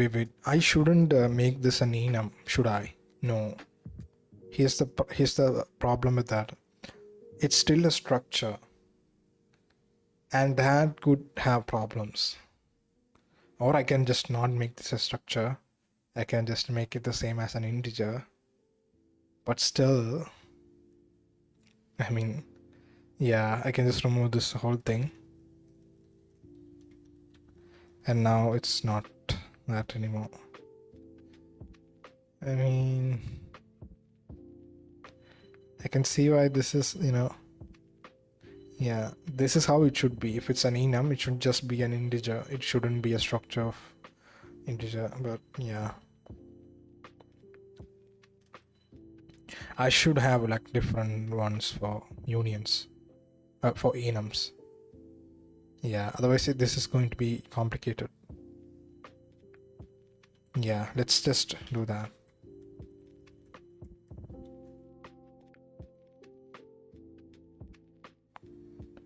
Here's the thing though. If you're not making it a union, sorry, if you're not providing any value, this should be the same as an enum. And I think I can just add a error, right? If there is no type associated with any of the sub fields, then we will just give an error and say that you should convert this to an enum. Yeah, that makes sense. So we don't have to check whether this is an enum or not. We can do that in the AST when you define a union and handle that way instead. All right, so this significantly makes it easier, yeah, to work with union types. So basically, if it's a union, you have to provide type for at least one thing, right? Otherwise, if you don't want to do that, then just make this an enum. That's it. It just makes the IR side of the compiler a bit more complex. I will have to add maybe like 5 or 6 more functions for each union, for both union and enum, but this makes the workflow of users significantly easier. And for enums, you can provide custom values. Yeah, I think this is going to be really fine. Should this be the syntax? No. Yeah.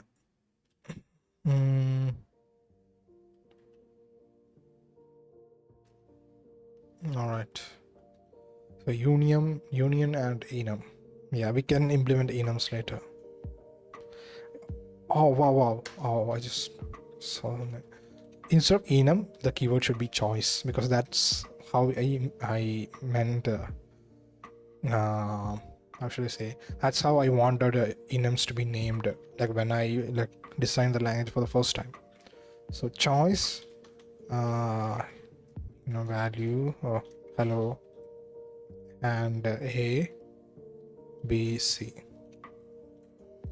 and yeah, this is going to be significantly better. And union types can be templated, but obviously choices cannot be templated. I mean, that makes things a lot simpler. Okay, and I mean, choice is an obviously simpler name, or sensible name, not simpler, sensible name for an enum. Even though like people are used to enum, choice makes it a bit more obvious.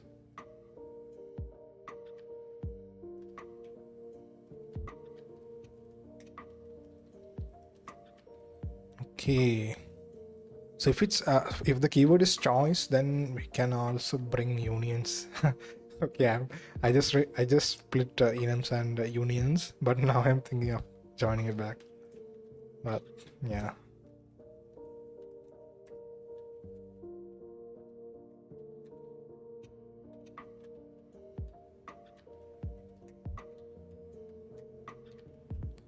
Yeah.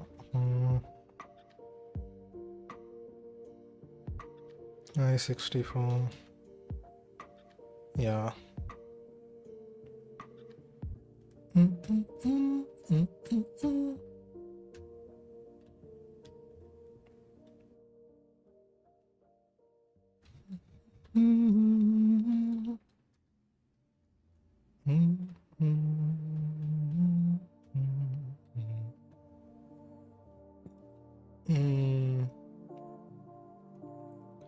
Okay, so this way I don't have to make the keyword union, which can signal like for C and C++ programmers, it can mean different things, right? Like different from like this is a tagged union in this language, but in C and C++ it's untagged union. So yeah, I don't have to name it union, so that's the nice thing. It's named choice, the keyword. And I think I should also include enums here, maybe,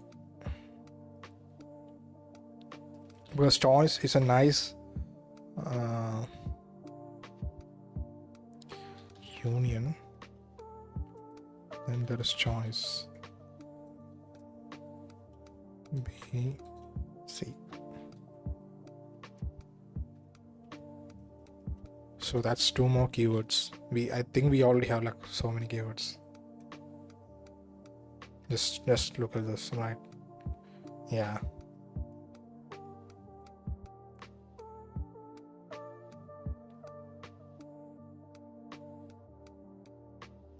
I mean, this does separate the logic. Yeah. Union means you're joining a lot of types, and choice means it's basically you are choosing between different possible values of integers. Yeah, this does separate the logic, or not logic, I guess, the mental model of both of these things.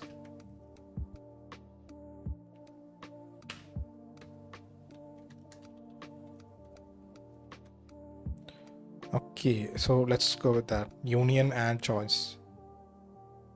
Choice basically stands for enum types. Enum in C and C++ not Rust, and union is the equivalent of enums in Rust. Yeah.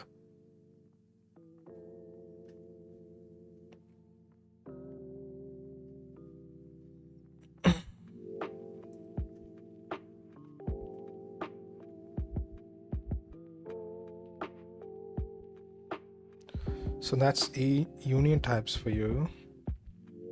Union. I mean, no, I can just name the file union.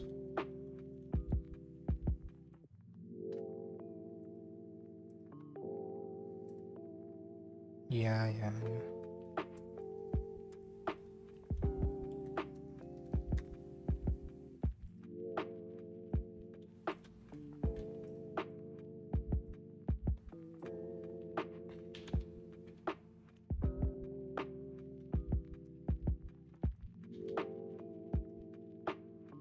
135 files. That's a lot of files.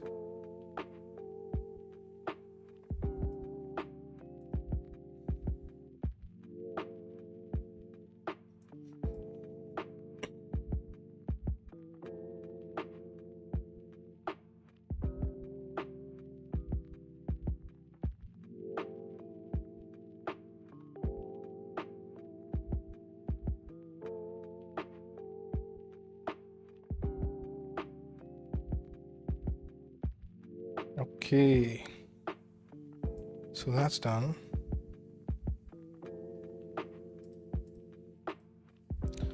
there might be a few bugs, but we'll see.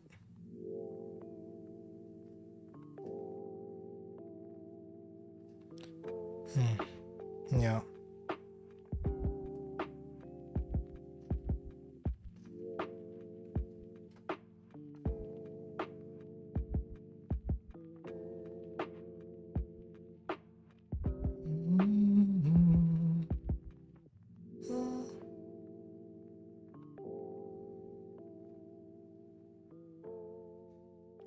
I don't know how you would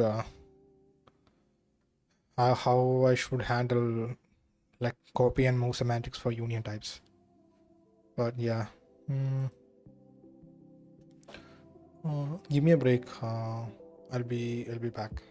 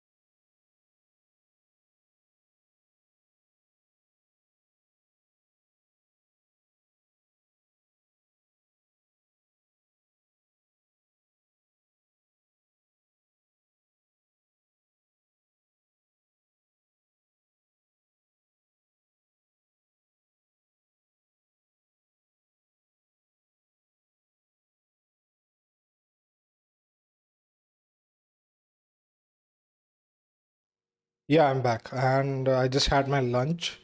Sorry if you have been waiting for too long, but yeah, it's pretty late. It's like 2 p.m. here, so 2, yeah, 2 p.m. like noon. So yeah, all right. So let's get back to it. So some types technically are done. I shouldn't. Yeah, like we decided to name it union types, but it will be tagged union, not untagged union like in C and C++. It will be a tagged union like you see like the enum types in Rust. But um, there is also an enum type, like, but it would be named choice. So I can just show you. You might be confused hearing that, but no, sorry. Yeah. So basically, this is a union. So imagine I have a I need to represent some sort of parsing logic or something like that. So it says string literal, and that will be an str. Then there is what else? The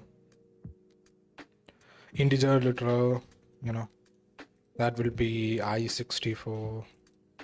There is float literal, and that will be F64, and null, and that doesn't have any value. Oh wait, that's a keyword. So so that doesn't have any value associated with it because I haven't provided any type.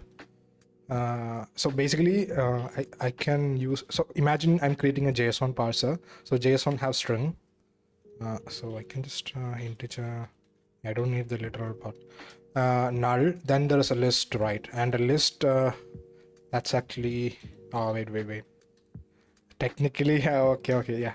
That's a generic type. Like, what is a list of? What what's the list?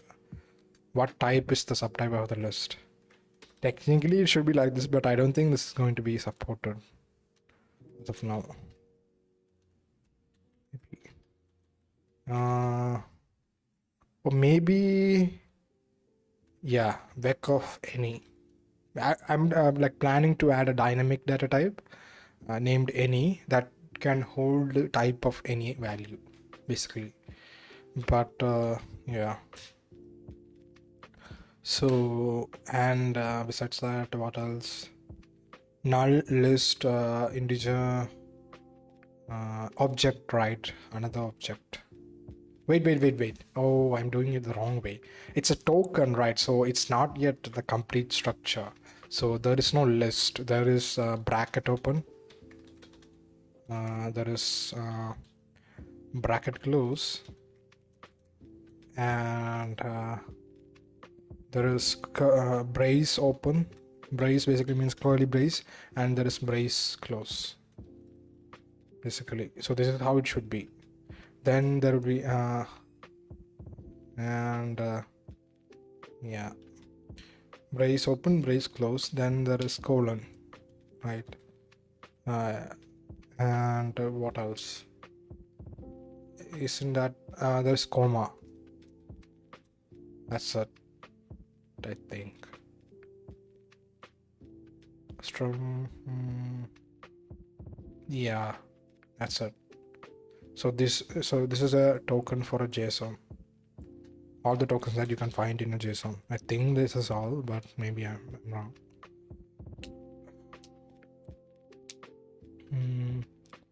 So that's that.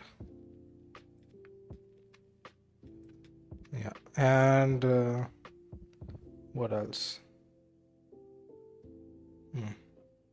So these doesn't hold any value, but these does.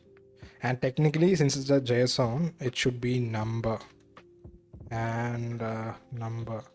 And here's the thing, a number can be another union, and it could be integer I64 or float F64. How about that? That's a nice design, right? Nice. I like that.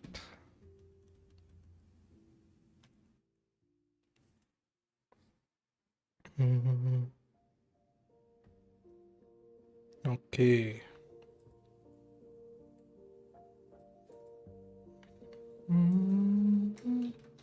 And this can technically be string, because a string data type is not as flexible as the string primitive data type is not as flexible as normal string. So we have three types of string actually. The C string, which is basically a pointer to an i8 in 8-bit integer. We have str data type, which is the primitive string data type, and then there is this data type, the actual string, but that's not implemented yet, so that's an upcoming feature. Yeah.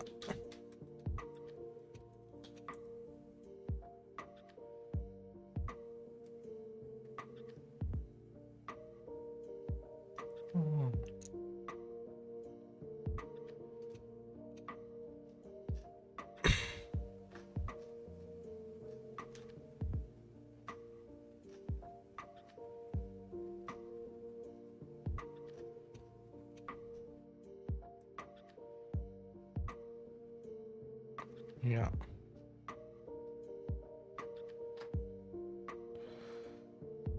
So what else? So this should just yeah, this should work. Initially, this was much more important token. Like this was used instead of the given type separator. This one, but yeah, not anymore.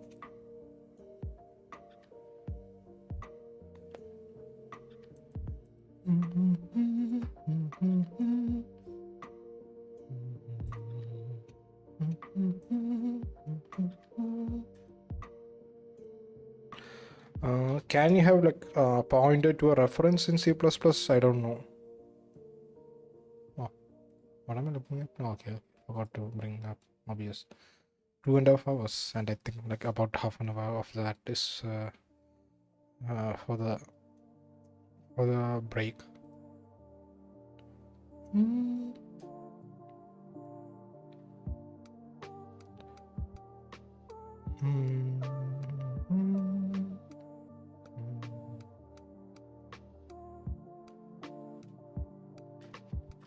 All right. Okay, so JSON token. So now we have to add support for defining a union in the AST and also in the Lexa and parser. So union will have to be a keyword, and I haven't done that yet, but that's just 10 seconds of work.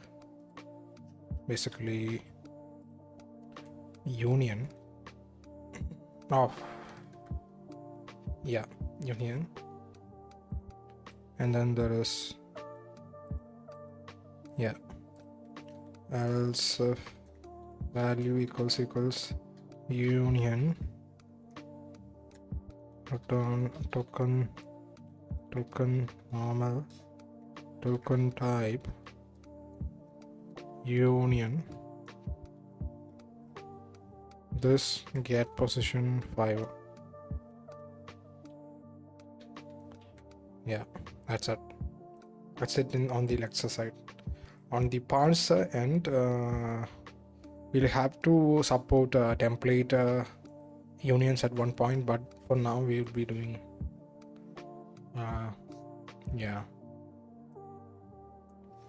let's not do a number now.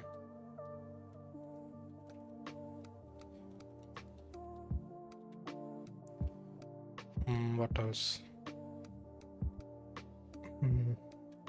I was like previously, like about 2 days ago or something, I was working on this operator. So like almost all other operators are usable in the language, but this one is not because it's handled separately. So I was adding logic for that, but then I started working on copy and move semantics, and then we are here implementing some types. So yeah, but let's say on the parser. parse, the main parse function.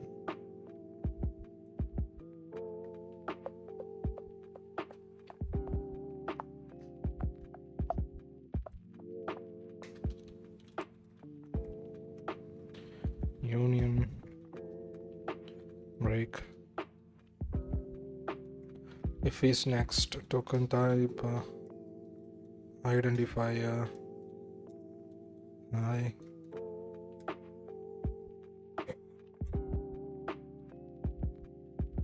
then else it's another expected an identifier for the name of the union type. Range at I. We have to actually support bring sentences. Bring basically means import.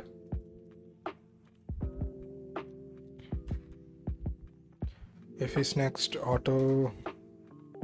If is next, token type, curly brace open, I+1,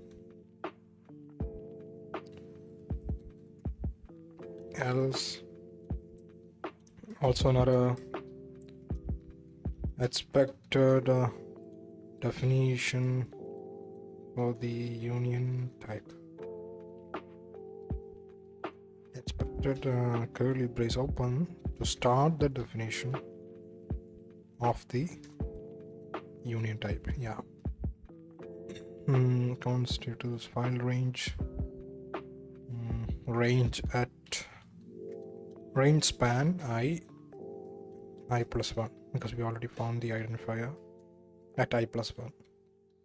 And auto, this is basically the standard B close, no, C, well it's brace, so B close or S equals get parent.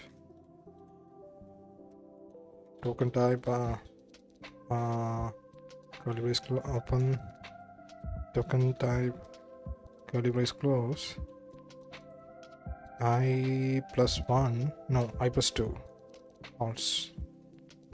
We have to provide the position after the beginning, else expected, error, expected end,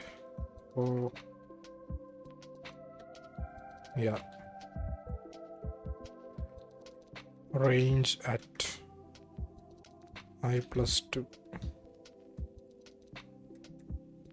Auto B close equals B close res value.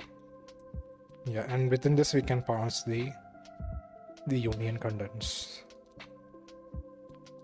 Let's see. So union number can be integer,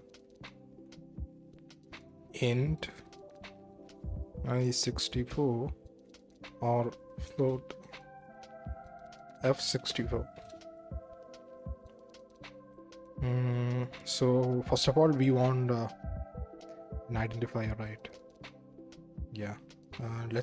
We also need vec of pair of string and maybe of cat type. Yikes. AST cat type, and subtypes.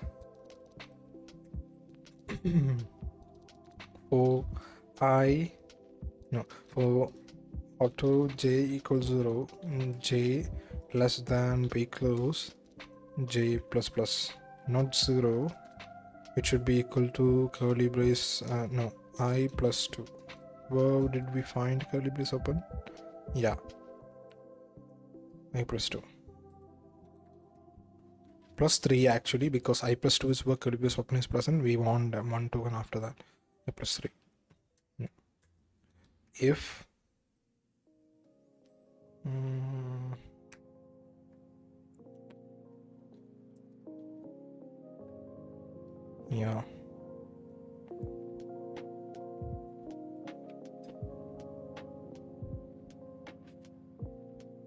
should we have another value, another function to parse this? Maybe, right? Because that makes it a bit easier. So we already have parse code type contents, right? Yeah, this one. So maybe void parse.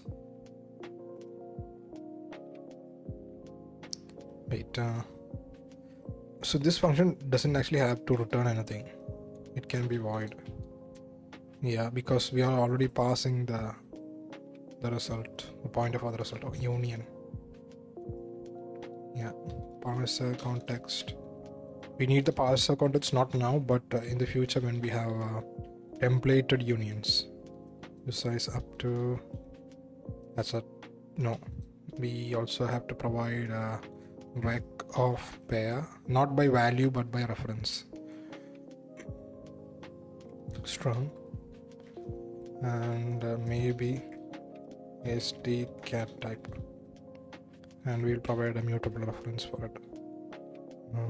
Union ref, maybe just uref to keep things simple. Yeah,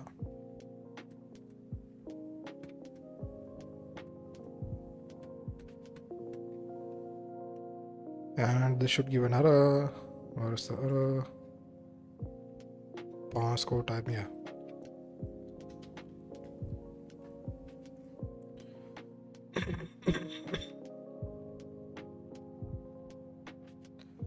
Tras.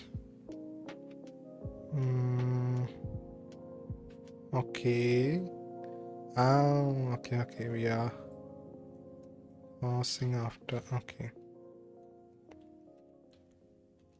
Tras. What's up? Yeah. That's all you need. Yeah.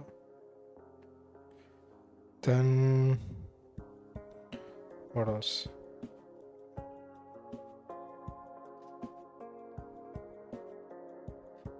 Oh, I'm returning, right?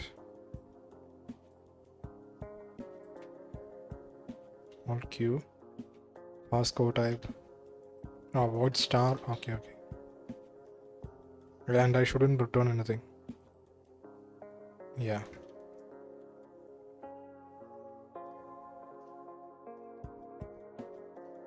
Just be done with it. And what else? Yeah, it will take some time for the others to update. It's a large file, so parse type, and yeah, that's how it's gone. Yeah, void parse union. Okay, nice.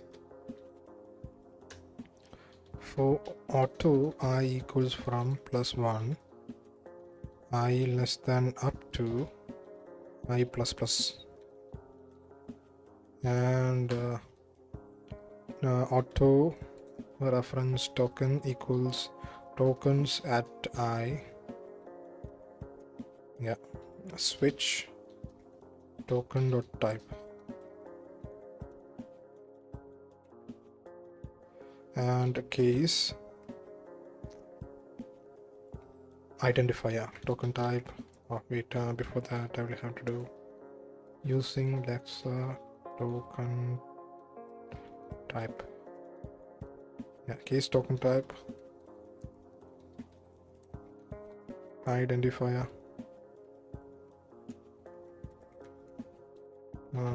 break case. Wait, we find an identifier, then yeah, if is next token type separator basically stands for comma, by the way. Then we will just uref dot pushback token type identifier tokens at basically and none dot value. That's it.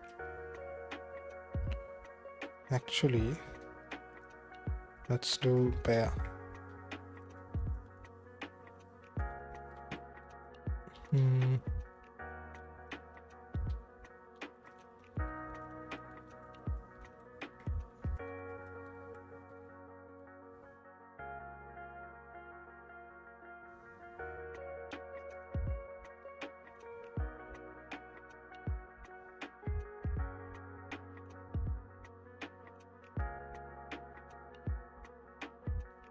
Wait, pushback.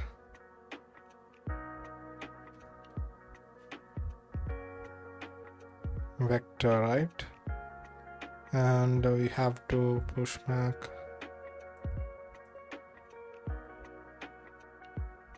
Did I miss something?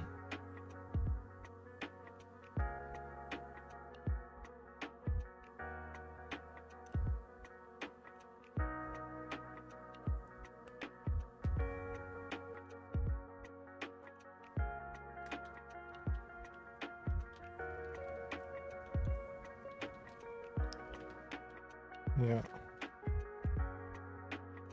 I think that's an older. This will take some time to update. Okay, it did update. Wait, that's not valid syntax, right?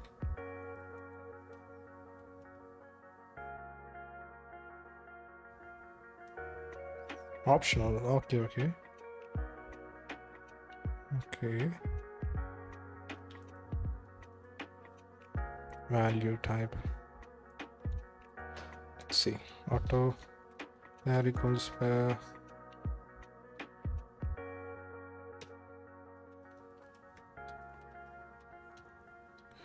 tokens at I dot value, and I think, yeah, st cat type pointer none. Yeah, the value of the second argument can't be deduced. I think that's the problem. Wait. Yeah. Let's just hope this goes away. It didn't. Pair request template arguments are only allowed for class templates. Oh, it's not a class template. Okay. Makes sense. So it's a struct, so string. Maybe st cat type pointer. Yeah. Okay, now it works. And uref dot pushback. Yeah.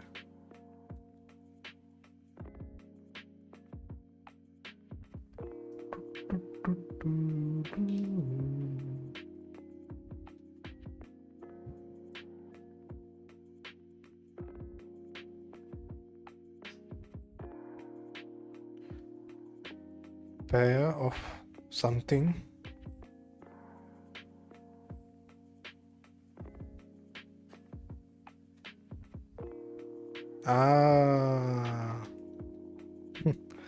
Oh, when you really forget that pointer value, right? Yeah. Yikes. Oh, so that was the previous error. So I can just do this. Yeah. Else if is next. Token type. Oh, I haven't added union separator. I think that should be the name.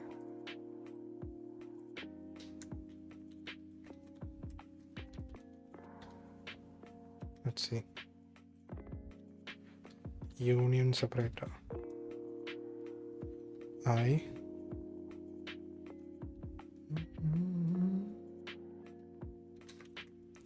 Then whatever you have after that should be the, yeah.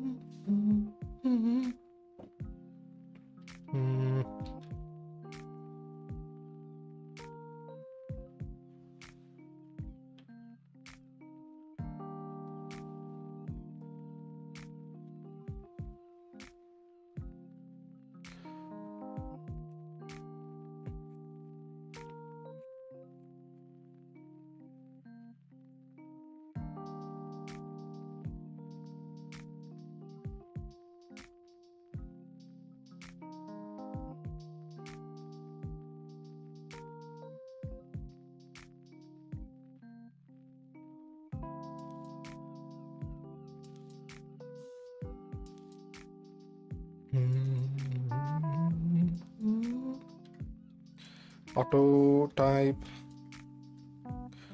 parse type, previously from I plus 1, because that's where union separator is, and we will end at oh, I haven't added support for union separator in the Alexa. Yeah, I just added the control find yeah, else if current equals prev tx equals union read return token normal token type union separator, this get position 2. Yeah, now it's done. Up to yeah, okay, we have to check if is primary with a token type. So after union separator we'll have to find the first comma. Okay, so I plus 1. Now what am I doing? Separator, comma basically stands for separator, and I plus 1 up to end, right, up to the end. If it is primary within, then else okay, auto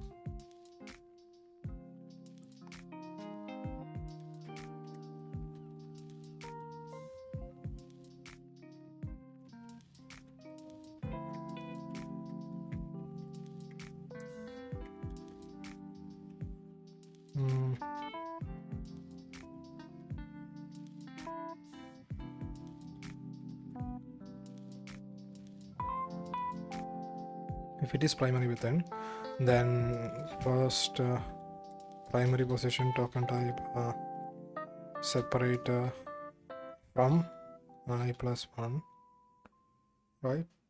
Yeah, and value. Yeah, we already know that the value is present. Else and dot first. Yeah, type equals parse type, and after that we'll have to I equals, oh we have to, yeah,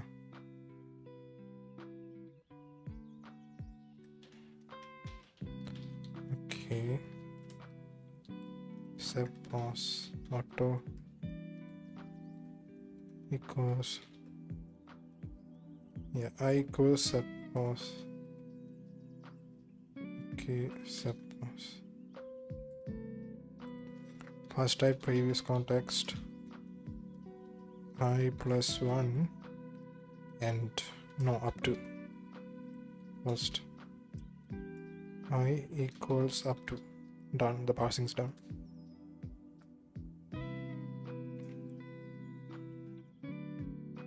Wait, I equals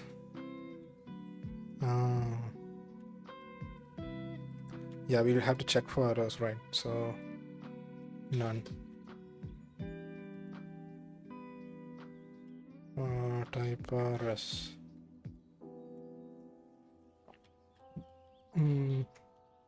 If type res dot second bit oh wait, second not equals to up to -1,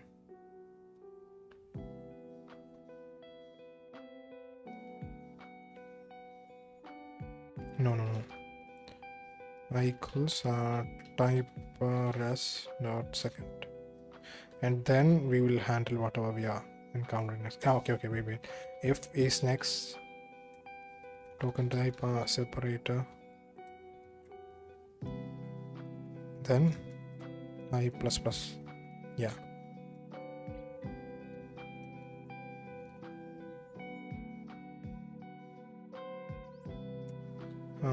Type equals type res first. Yeah.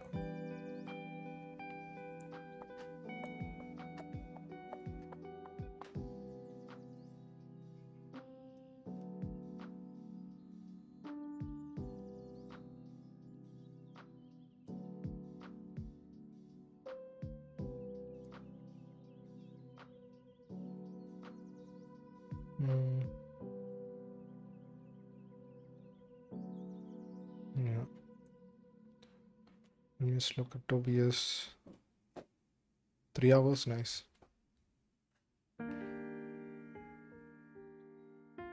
I'll store to type. Okay, I will handle that later.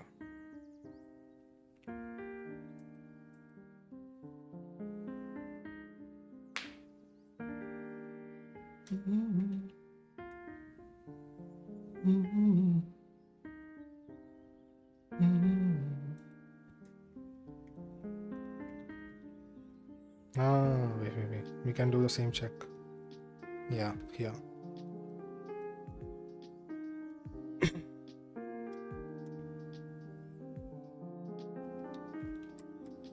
Okay, what should we do? uref not pushback. So we already have the, yeah. Okay. So apparently struct should always be able to, so struct should always have the template types.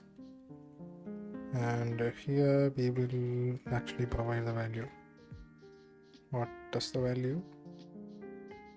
Type. Right, yeah. Okay.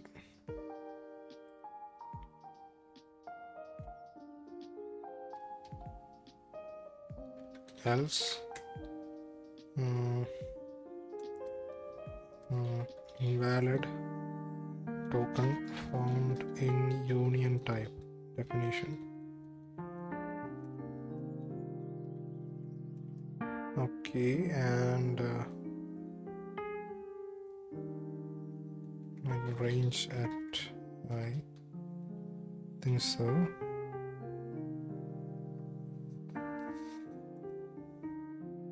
Yeah.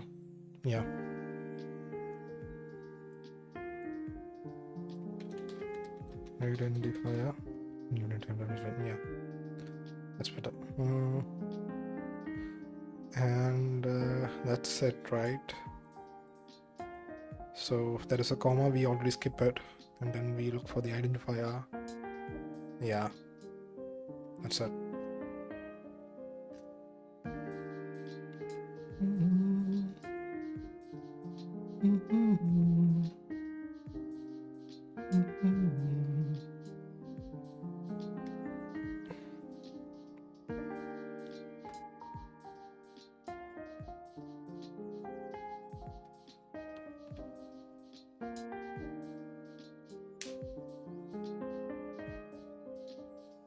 So parse union, I think, is complete.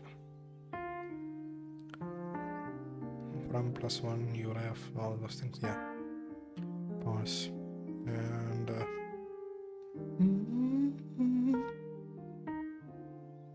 yeah, parse union. Create context from I +2. That's where curly brace open begin. Is present. Be close. Subtypes. Yeah, parse union. So that's done.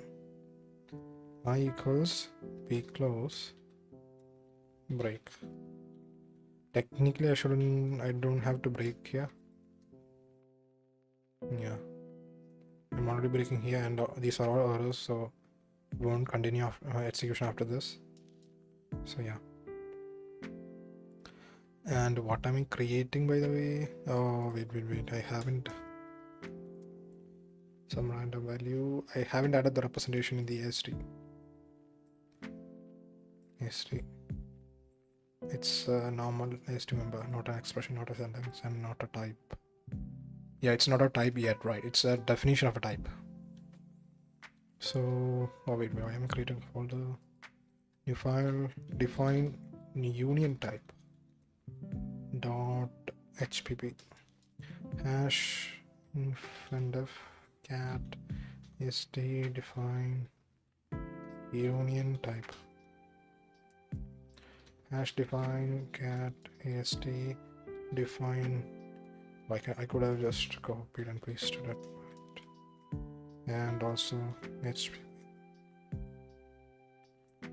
Technically this doesn't have to be the name of the file. It can be a random string, a UUID, the date and time of creation, or anything like that. Namespace cat ast,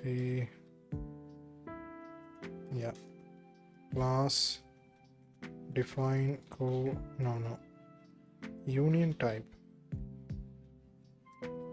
and it should be public node hash include node, not node type, because that's already imported in node.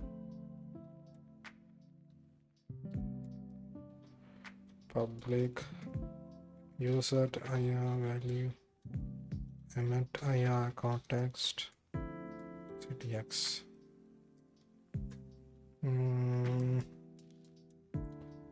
Void define IR context ctx.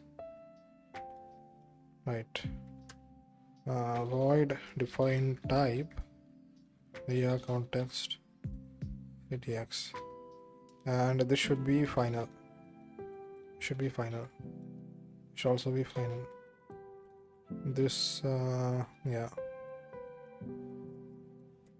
use it no JSON to JSON, and should be counts final. Alright, private. I know it's private by default, but still. String name vec of pair of string, and maybe cat type. This is not the final value we want.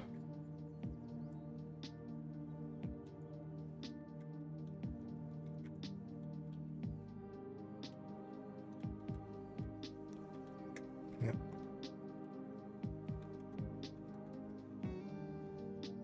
Okay, what else?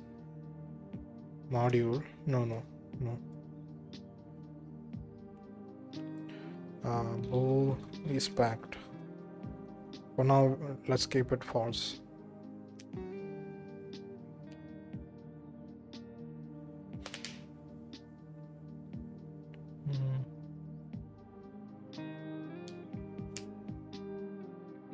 Yeah, there are so many things to take care of. In the IR. Yeah, before that, let's finish this off. Define union type. Yeah. Hash include. Define union type. Right, namespace cat ast. Define union type. We haven't defined the constructor yet. Declare.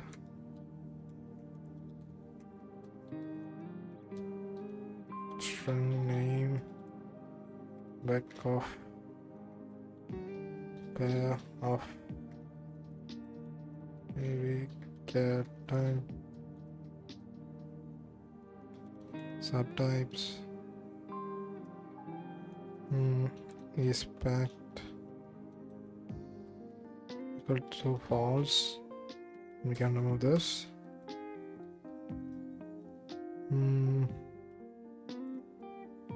Wait, yeah.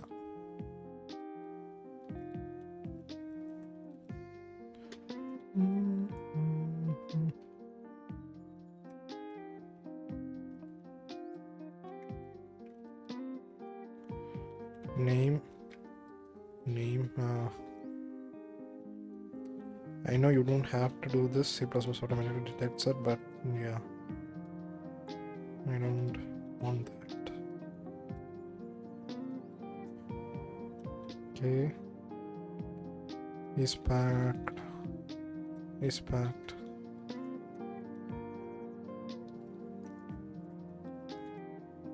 All right. Yeah, I forgot something. Utils file range.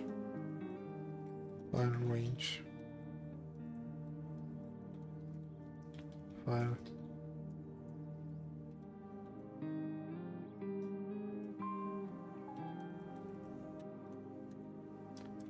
I mean, if I don't, yeah, this is the last one.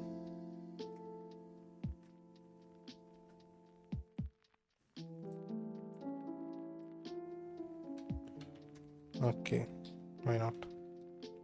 Let's provide the value anyway.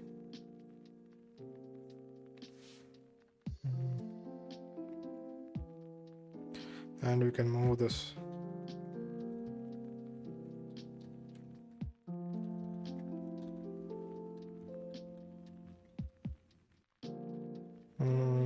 Yeah.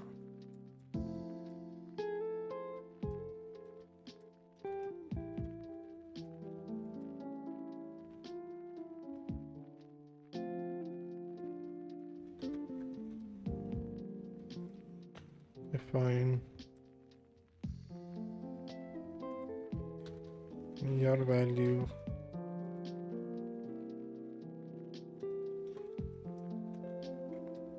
I mean, technically we don't need this function at all.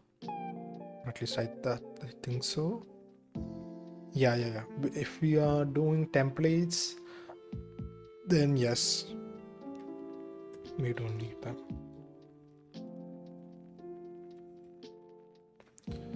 All right, so what are we doing here? Oh, we have so many things to update actually. We added a updated IR cat type, which is this. So we added unions right here, but oh wait. What? Oh.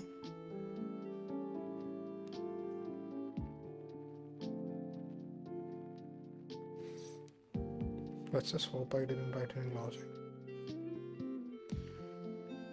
I did. And do you know why this is also named union? Because I renamed it. Yeah.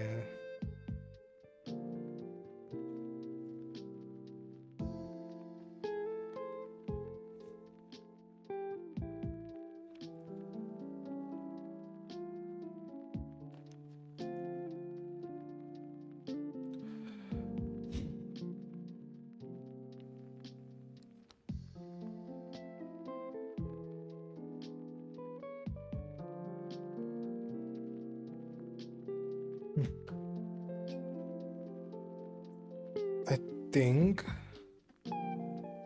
yeah, this is a different version of it, so I'm not too angry, but still right. Yeah, actually we have more functions to implement here then. User get name string.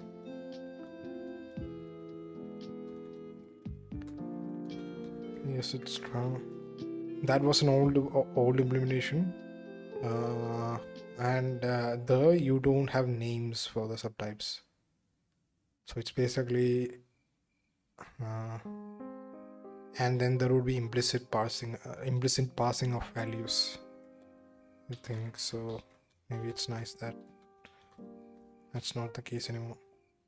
So I will have to remove this.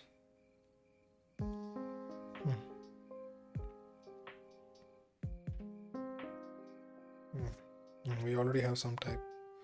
Yeah, that's awful. I think this one is better. I mean, depends on how this goes actually. Let's see.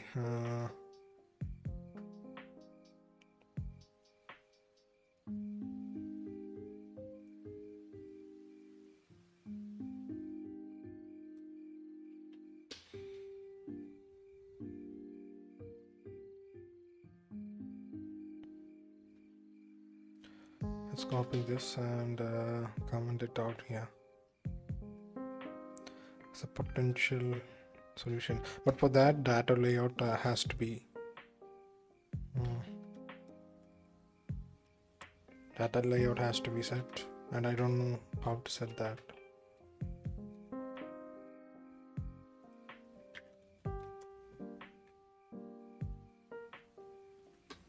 Yeah.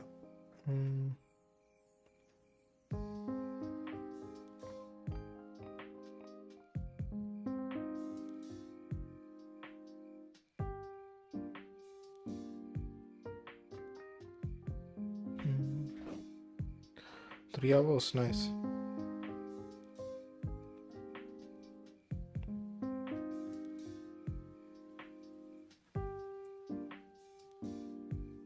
Okay, we have to implement these. Get name. Strong. Get name. Union type. Get name. Const. Turn name. Strong. Union type. Maybe I shouldn't return strings like this. That could be parent. Get limit child name. That could be one of the reasons that that it's a bit slow. I mean, the compiler is pretty fast, but still.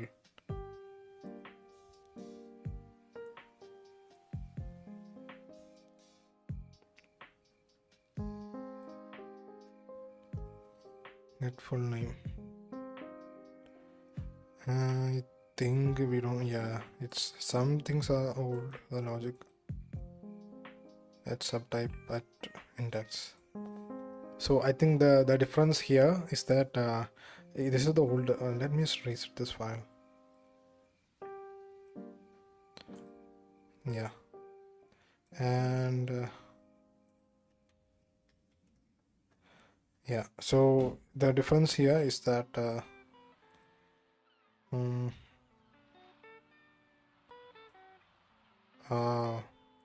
okay. So there are no names for the subtypes, and because of that you can't hold more than, like, you can't hold the same type in different with different names. So imagine I have this, right, and then I have something like other, and it's also an i64. This is not possible in the old implementation of some type. I mean, the old implementation is indeed the proper way as far as functional languages go. Maybe we can allow it at one point, but maybe not, but not now. Yeah, but if I were to allow it, it would be mostly like this, right? Some number equals i64 f64. That's it. This is much more elegant than this, but these two have different purposes. And also this is technically like a type definition, so we'll have to support implicit passing of values, a lot of implicit things, implicit conversion and all those things. However, if it's this, we can, all of those are explicit.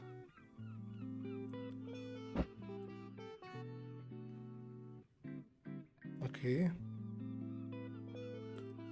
Yeah. Type number equals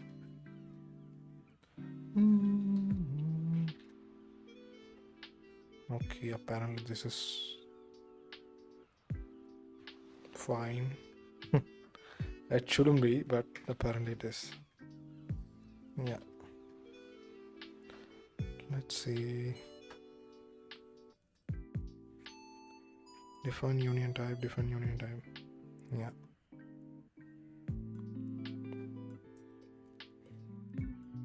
We'll have to check for all code types. We'll have to check for all union types, access and union types if the same name exists in the module. We'll have to check functions, global variables, type definitions, all those things. And what? Yeah,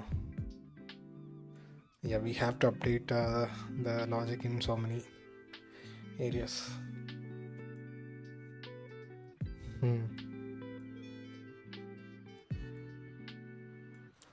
So this is the old file, right? I can just delete these two.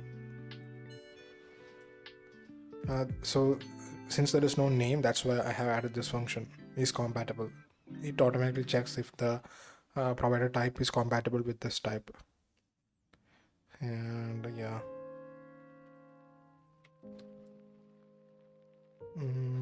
There you go. And okay, union type, cat type. Yeah, we have to use it type kind. Type kind, yeah.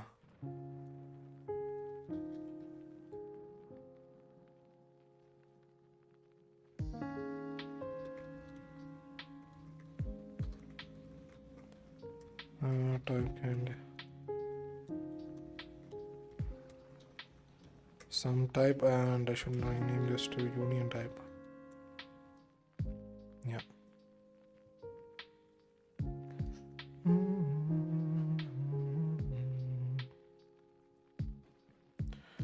Back pull back the utils file range. What is wrong here? Node. Okay, apparently. And union. Yeah, that should fix it. Come on. Okay, that's done. Alright. Technically, I can still create it.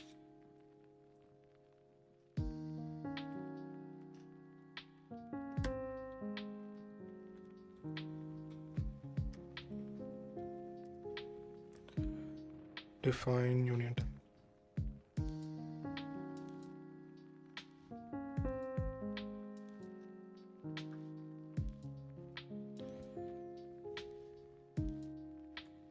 Yes, to define union type. First of all, the name, right? So tokens at I plus 1 dot value. Then the subtypes. Move. And after that, pause and fix me support backing.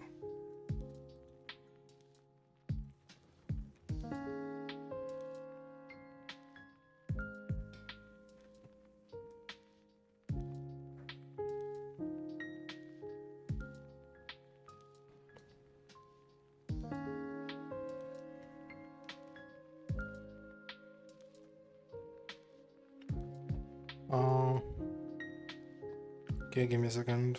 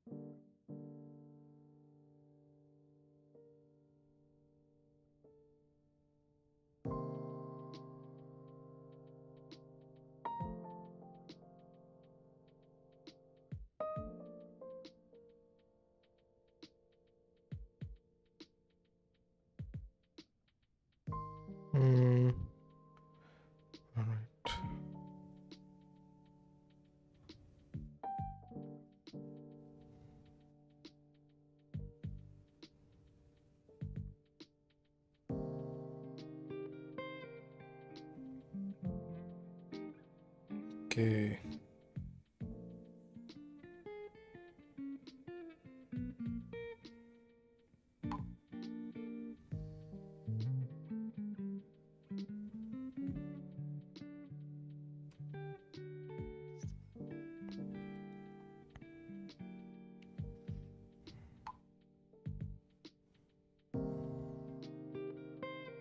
All right, let's get back to this.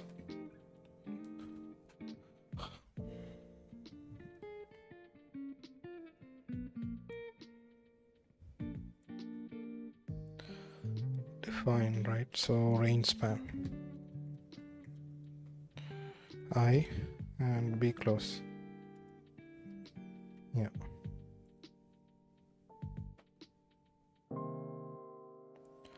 Yeah.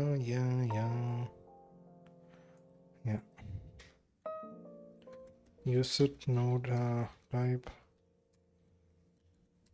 Node type. Const final. Done. Node type. Define union type. Define co type.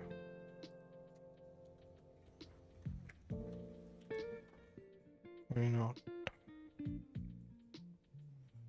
Okay.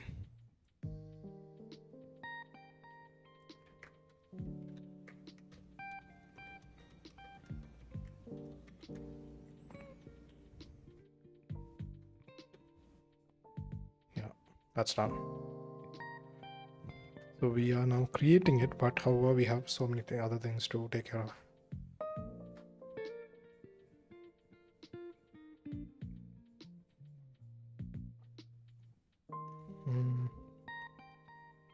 Okay.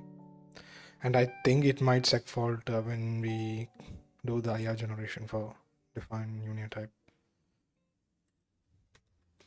No JSON, do JSON, const. No.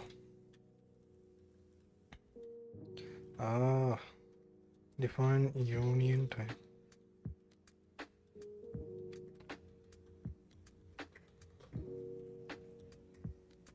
Return no JSON, node type. Define union type. And the name.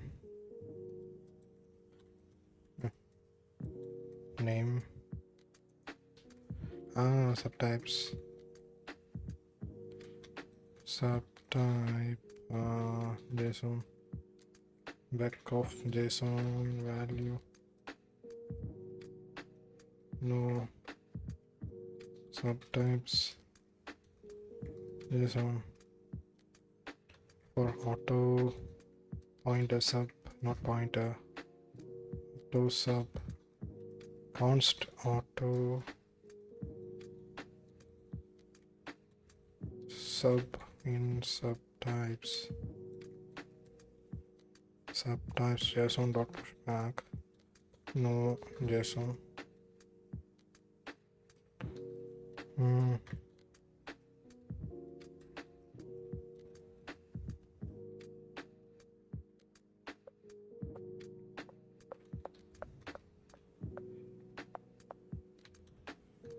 Name sub first, right? Oh, sorry about that. Give me a short break.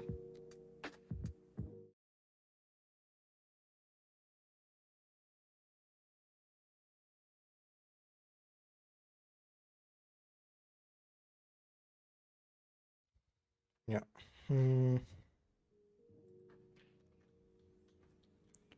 Has type sub dot second as value. Okay, then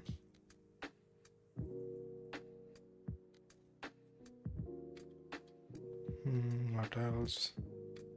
Type there is no type, then sub dot second as value, then sub dot second dot value to JSON or null, right? No JSON null. No.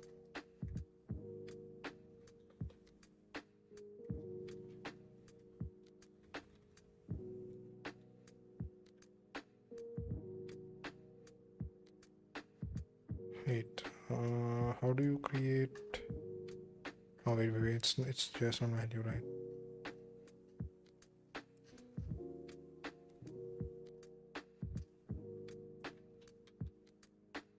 Okay, yeah. This is the installer header.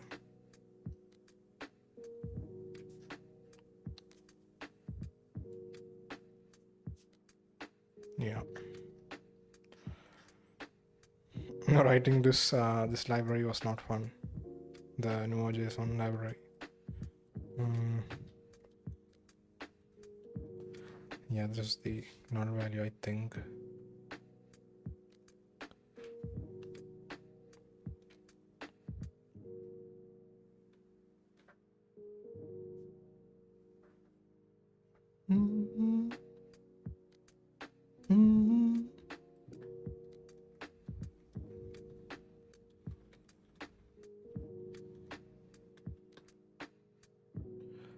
Define union type, that's done.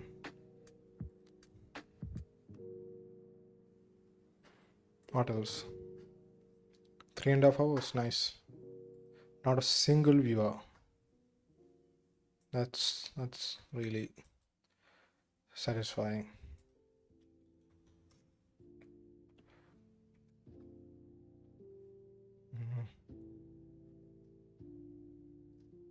Yeah.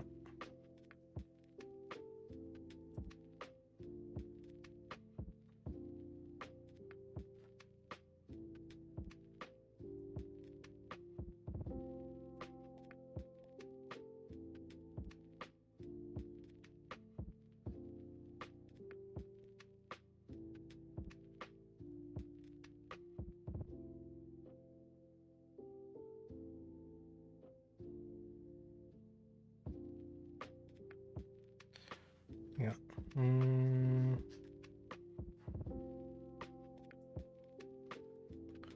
Sorry about that. I don't know if you guys heard it. Yeah, no. Yeah.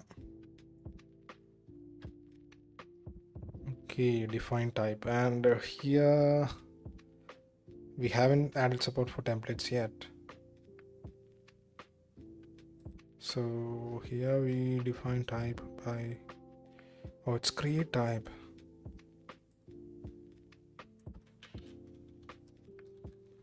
No. It is define type. Yeah, create type is a convenient function that is called. Yeah. Okay. I will have to support extension functions at one point. Yeah.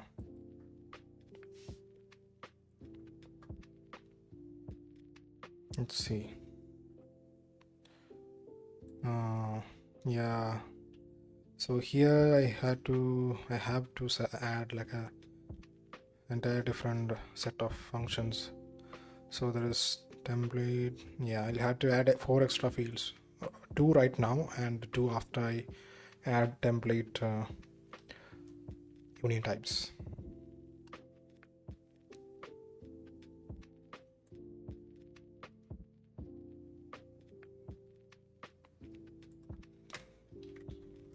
Get of union type. It imported, but yeah, I don't want an import.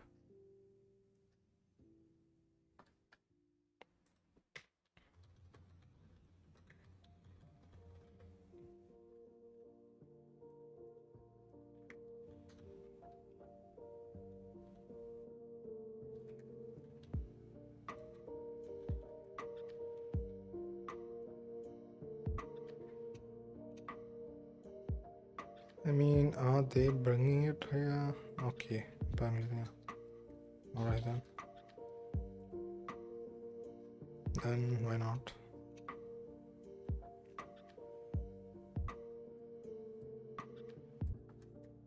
Back, brought, union type, brought, union.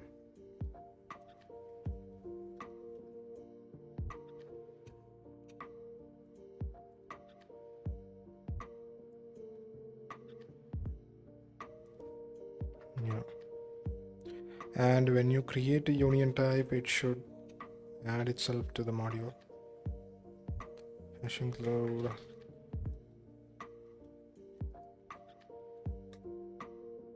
Oh wait, it's already that header. Alright, and here it should do parent union types dot pushback. This, yeah.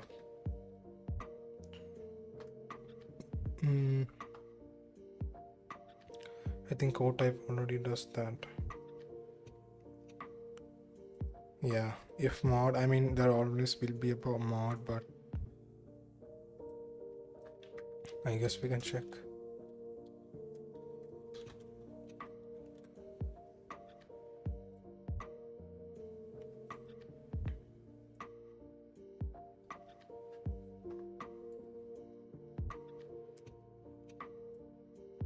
I'm feeling really sleepy.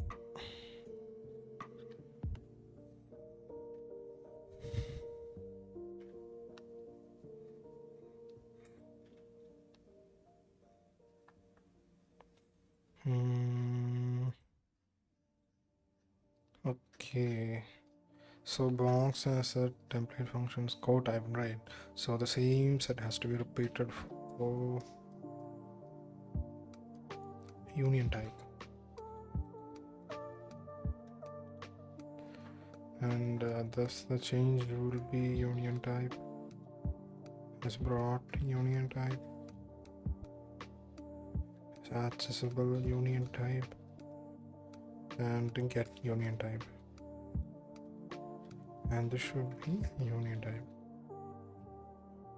That's it. Oh wait, union type should have visibility info, utils, visibility info, visibility, hash include, utils, visibility, yeah. And there should be get visibility, or yeah, use it, utils, visibility info, get visibility, const, is it const? No, it's not, because I'm not returning a const reference. I mean, I can return a const reference. Use it, move is accessible, utils, requester info, rec info, const.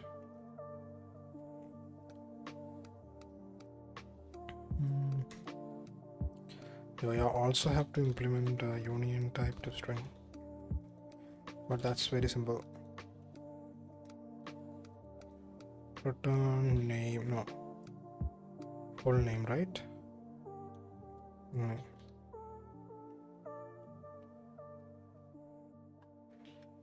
Yeah, I have to define it.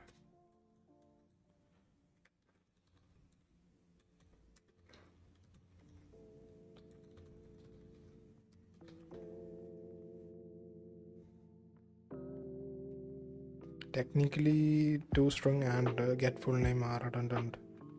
We don't need to. Let's see. I don't think those are different.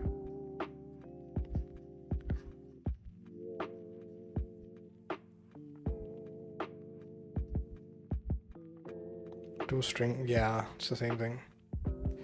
Maybe I'll remove it.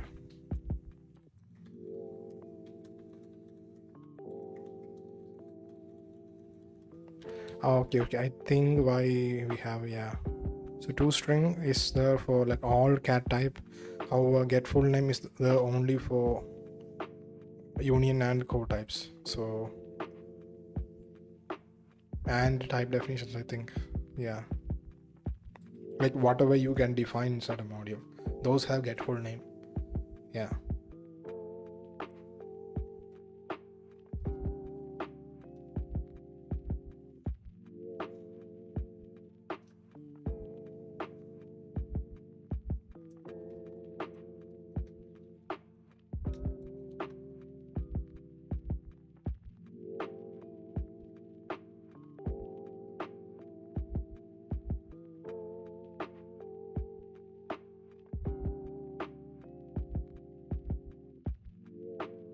Mm, mm.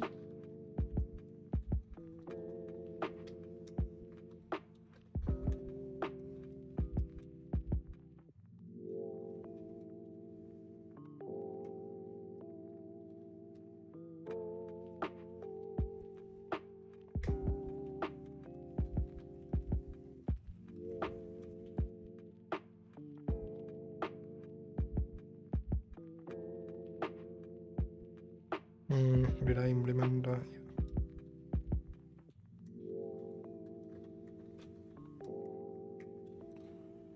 union type get visibility? Return visibility. Yeah. What else? Bool union type is accessible.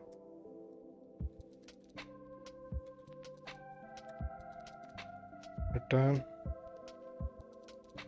visibility. Yeah.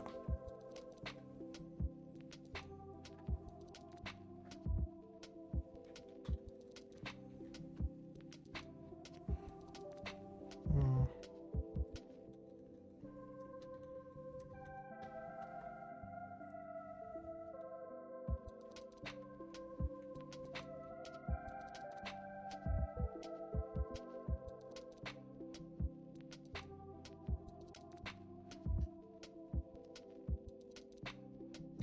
So those are done. What else?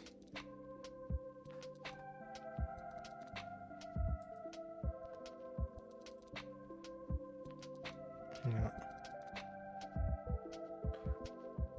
Okay.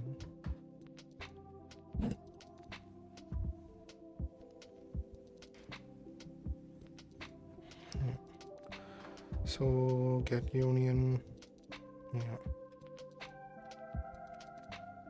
And global entity. I haven't supported global variables yet. I have to. Threat local. Wait, threat local? Why did you say that?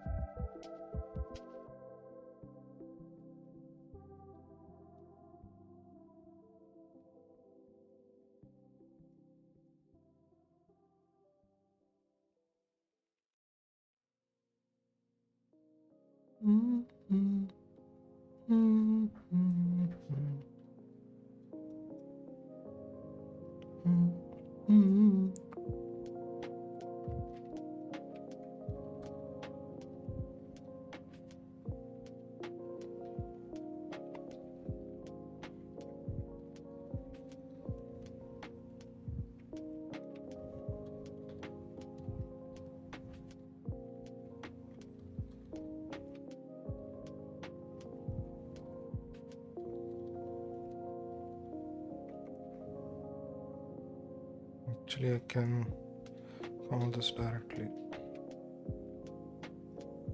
Get union type.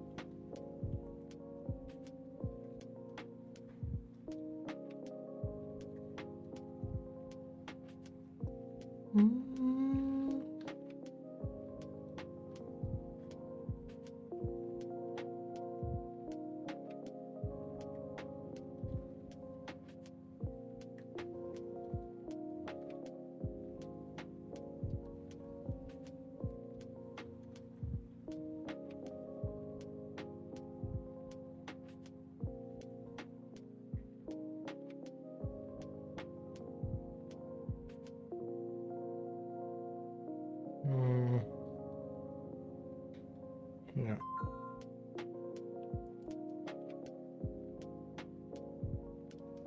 Yeah.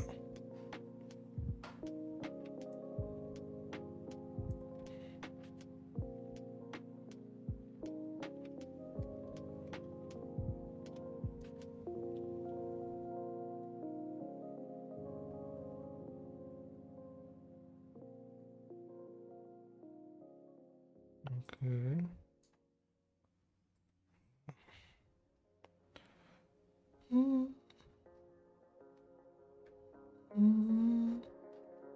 Yeah, I think that's done.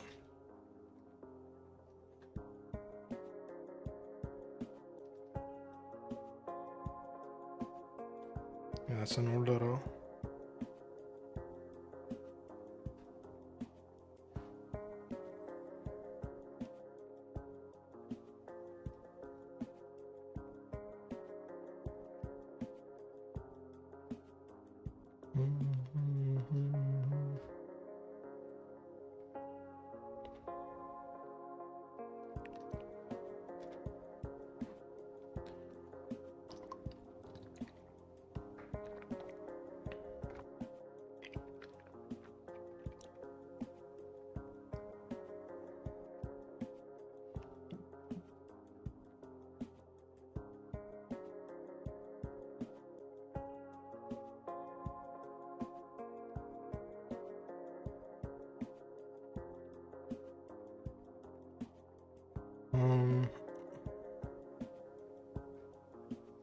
So that's done.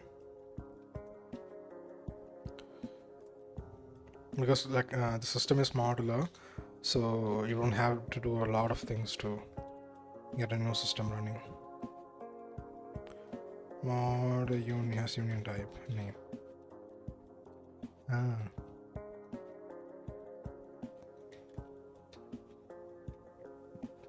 You don't have to do a lot of things to have a what should I say? New part or new feature up and running.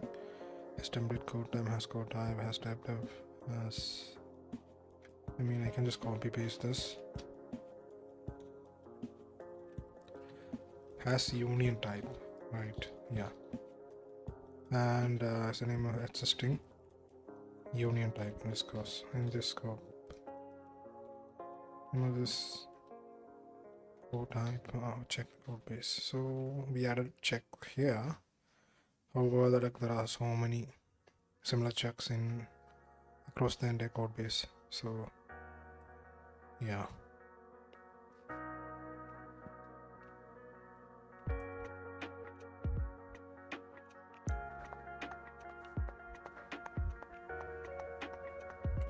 I might stream for maybe like 20 more minutes or something, and then we are done. I'm already tired and I'm feeling sleepy, so you know. Let's see, define. So this is basically create type.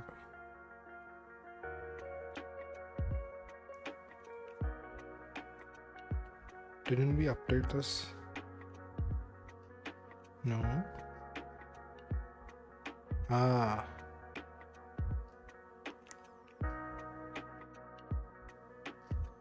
Wait, are we checking it again here? Yeah, we are, aren't we? Yeah, create type. Maybe. Oh, no, it's different. Okay, makes sense. And node has union type.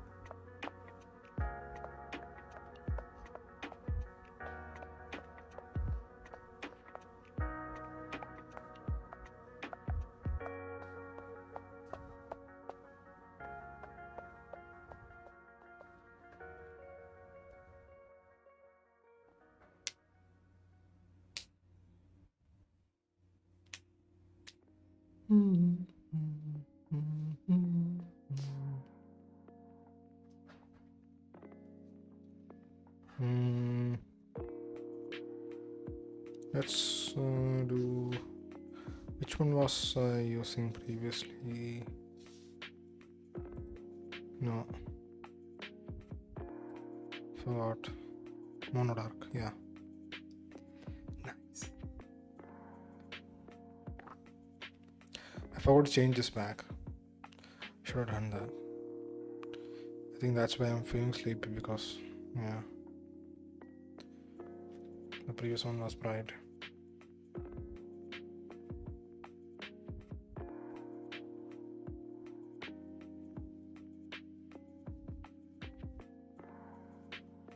Alright.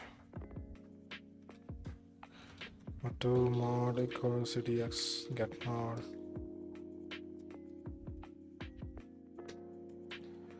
F. Yeah, why am I doing it again, right? It's basically the same logic.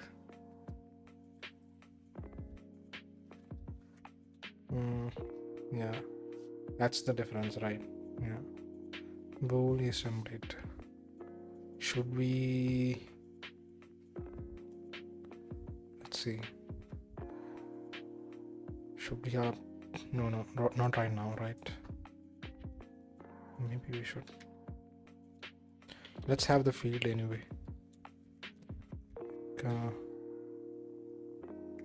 Yeah, type.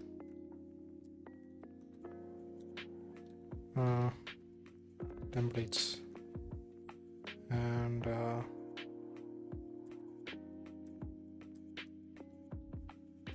user bool is template. Yeah.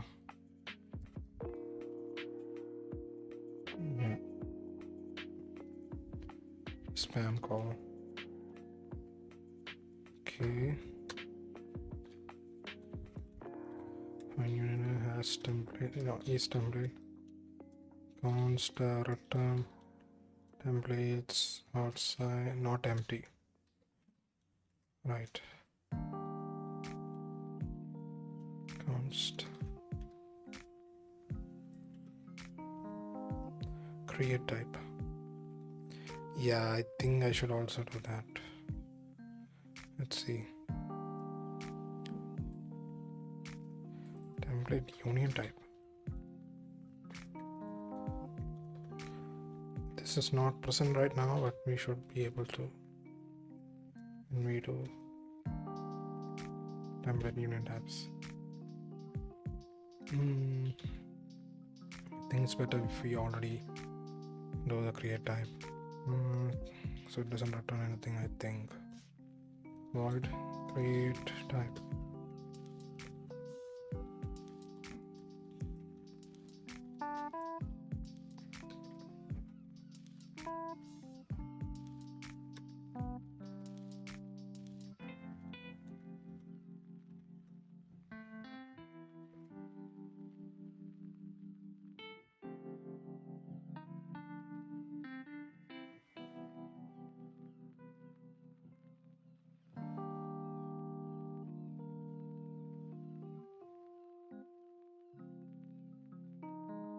I think I need this check and those error functions. Sorry, error. Yeah, errors. Else. Yeah. Check type definitions. I think I am already checking type definitions. Yeah. There is no need for this to do anymore. Yeah, but here the things that I check changes a little bit. So here, wait. Oh, okay. We still have to check union type. Yeah, this changes. Come on. Union.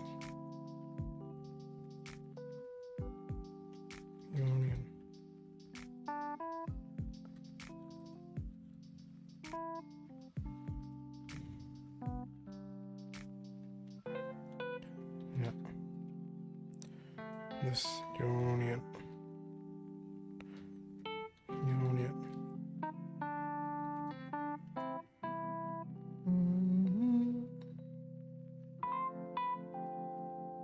Okay. If there is no union type or anything else like that, okay, we right here it should technically be as template union type, but we don't have that.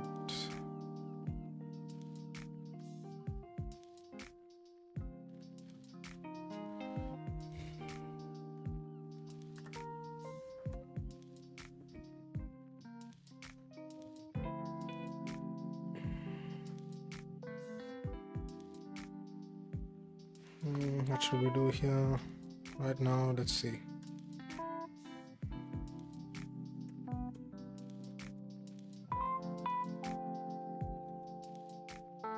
Yeah.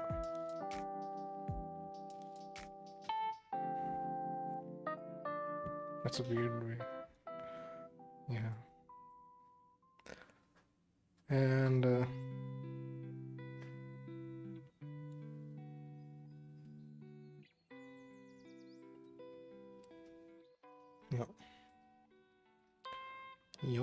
Yup.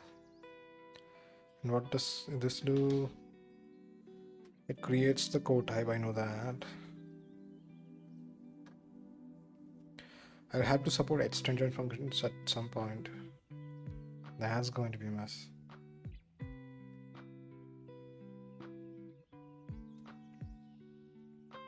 Oh, yeah.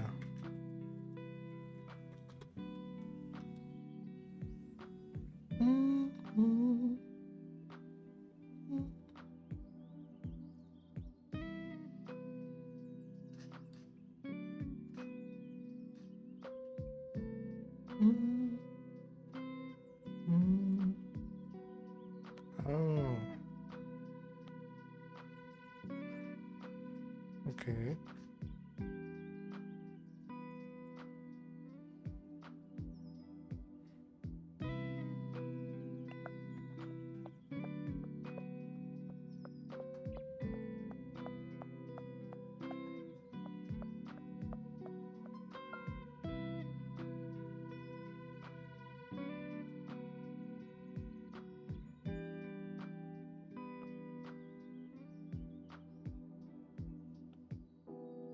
Yeah, Queen Elizabeth II's funeral is about to begin. Yeah, I really don't care.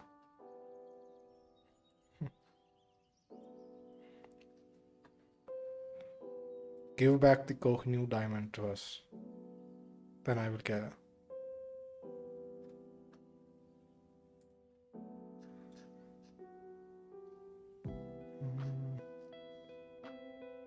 And all the things that you took from India.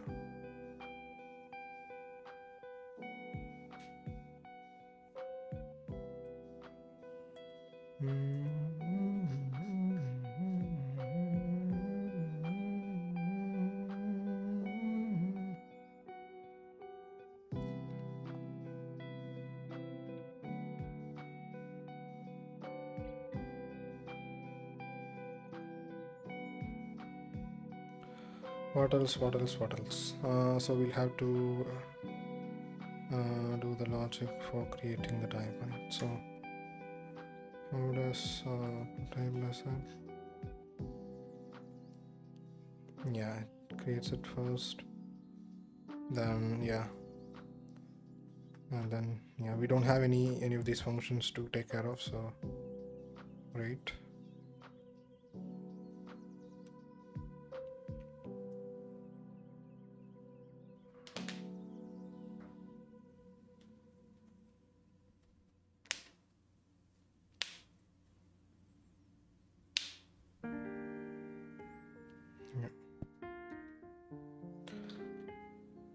Union type.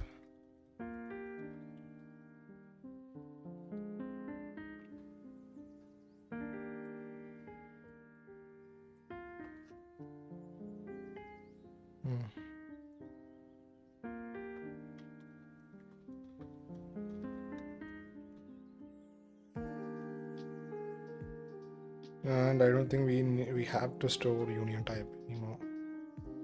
Yeah, we don't have to.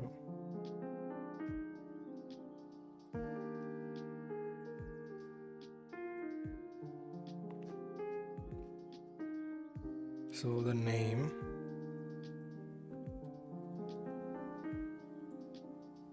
parent, just mod, subtypes. Yeah, we have to take care of that. Okay, back of pair of string or cat type. That's where the things change. Subtypes. Yeah. What else?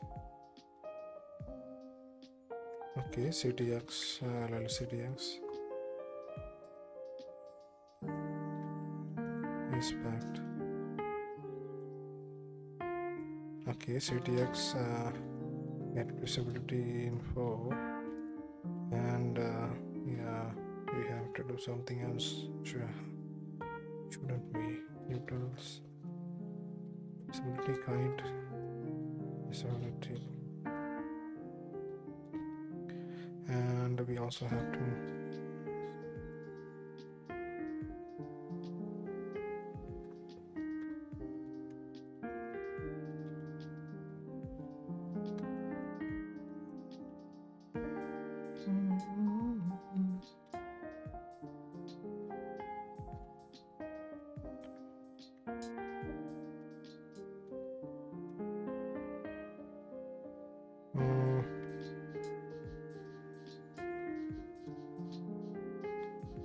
yeah.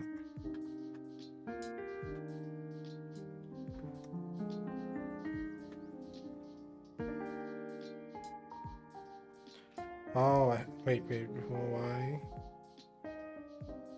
IR union type. I think there may be a function or two we haven't implemented.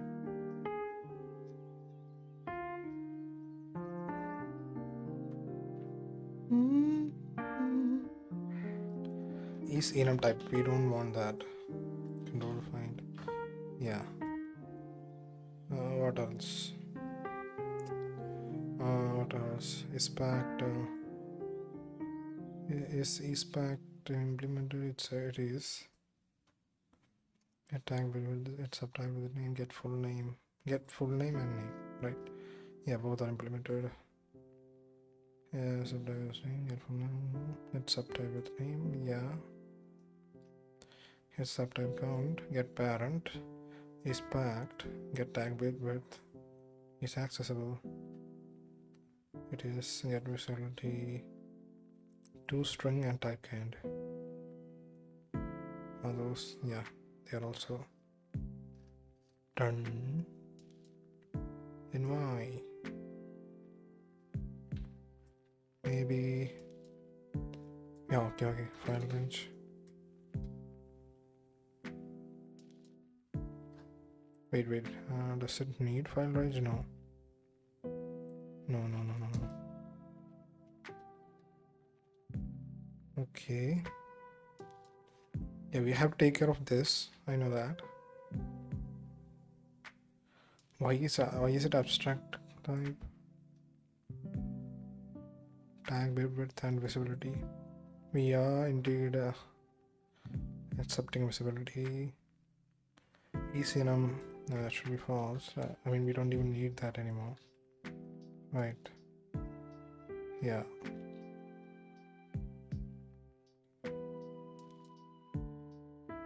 Cat type. How many functions are there? Virtual destructor.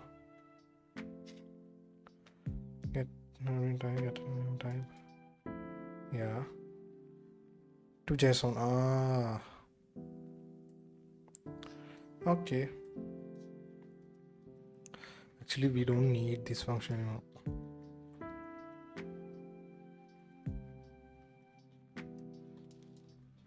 I added that thinking that maybe we'll have to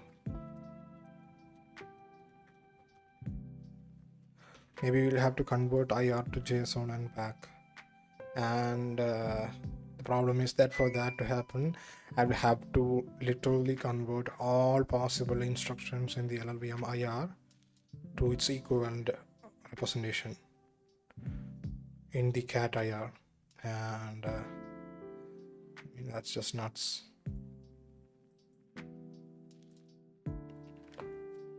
I mean, at one point, sure, but not right now. Now it should work.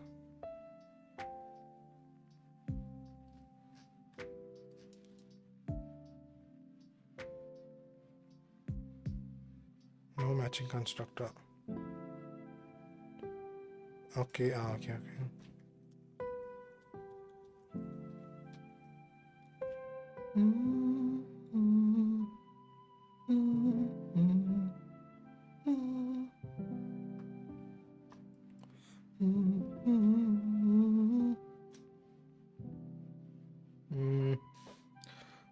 Okay, 4 hours, I think I'm done. Yeah.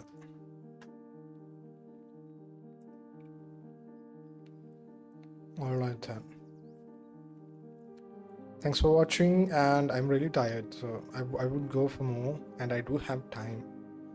But I'm really tired. My head is like, I haven't slept well in a few days, and my head is like really heavy. So yeah, I'm done. I'm about to grab a cup of tea, and yeah, I will be working on it today itself. I usually never take rest, even though I'm not well, but I hope I have all the space of at one point.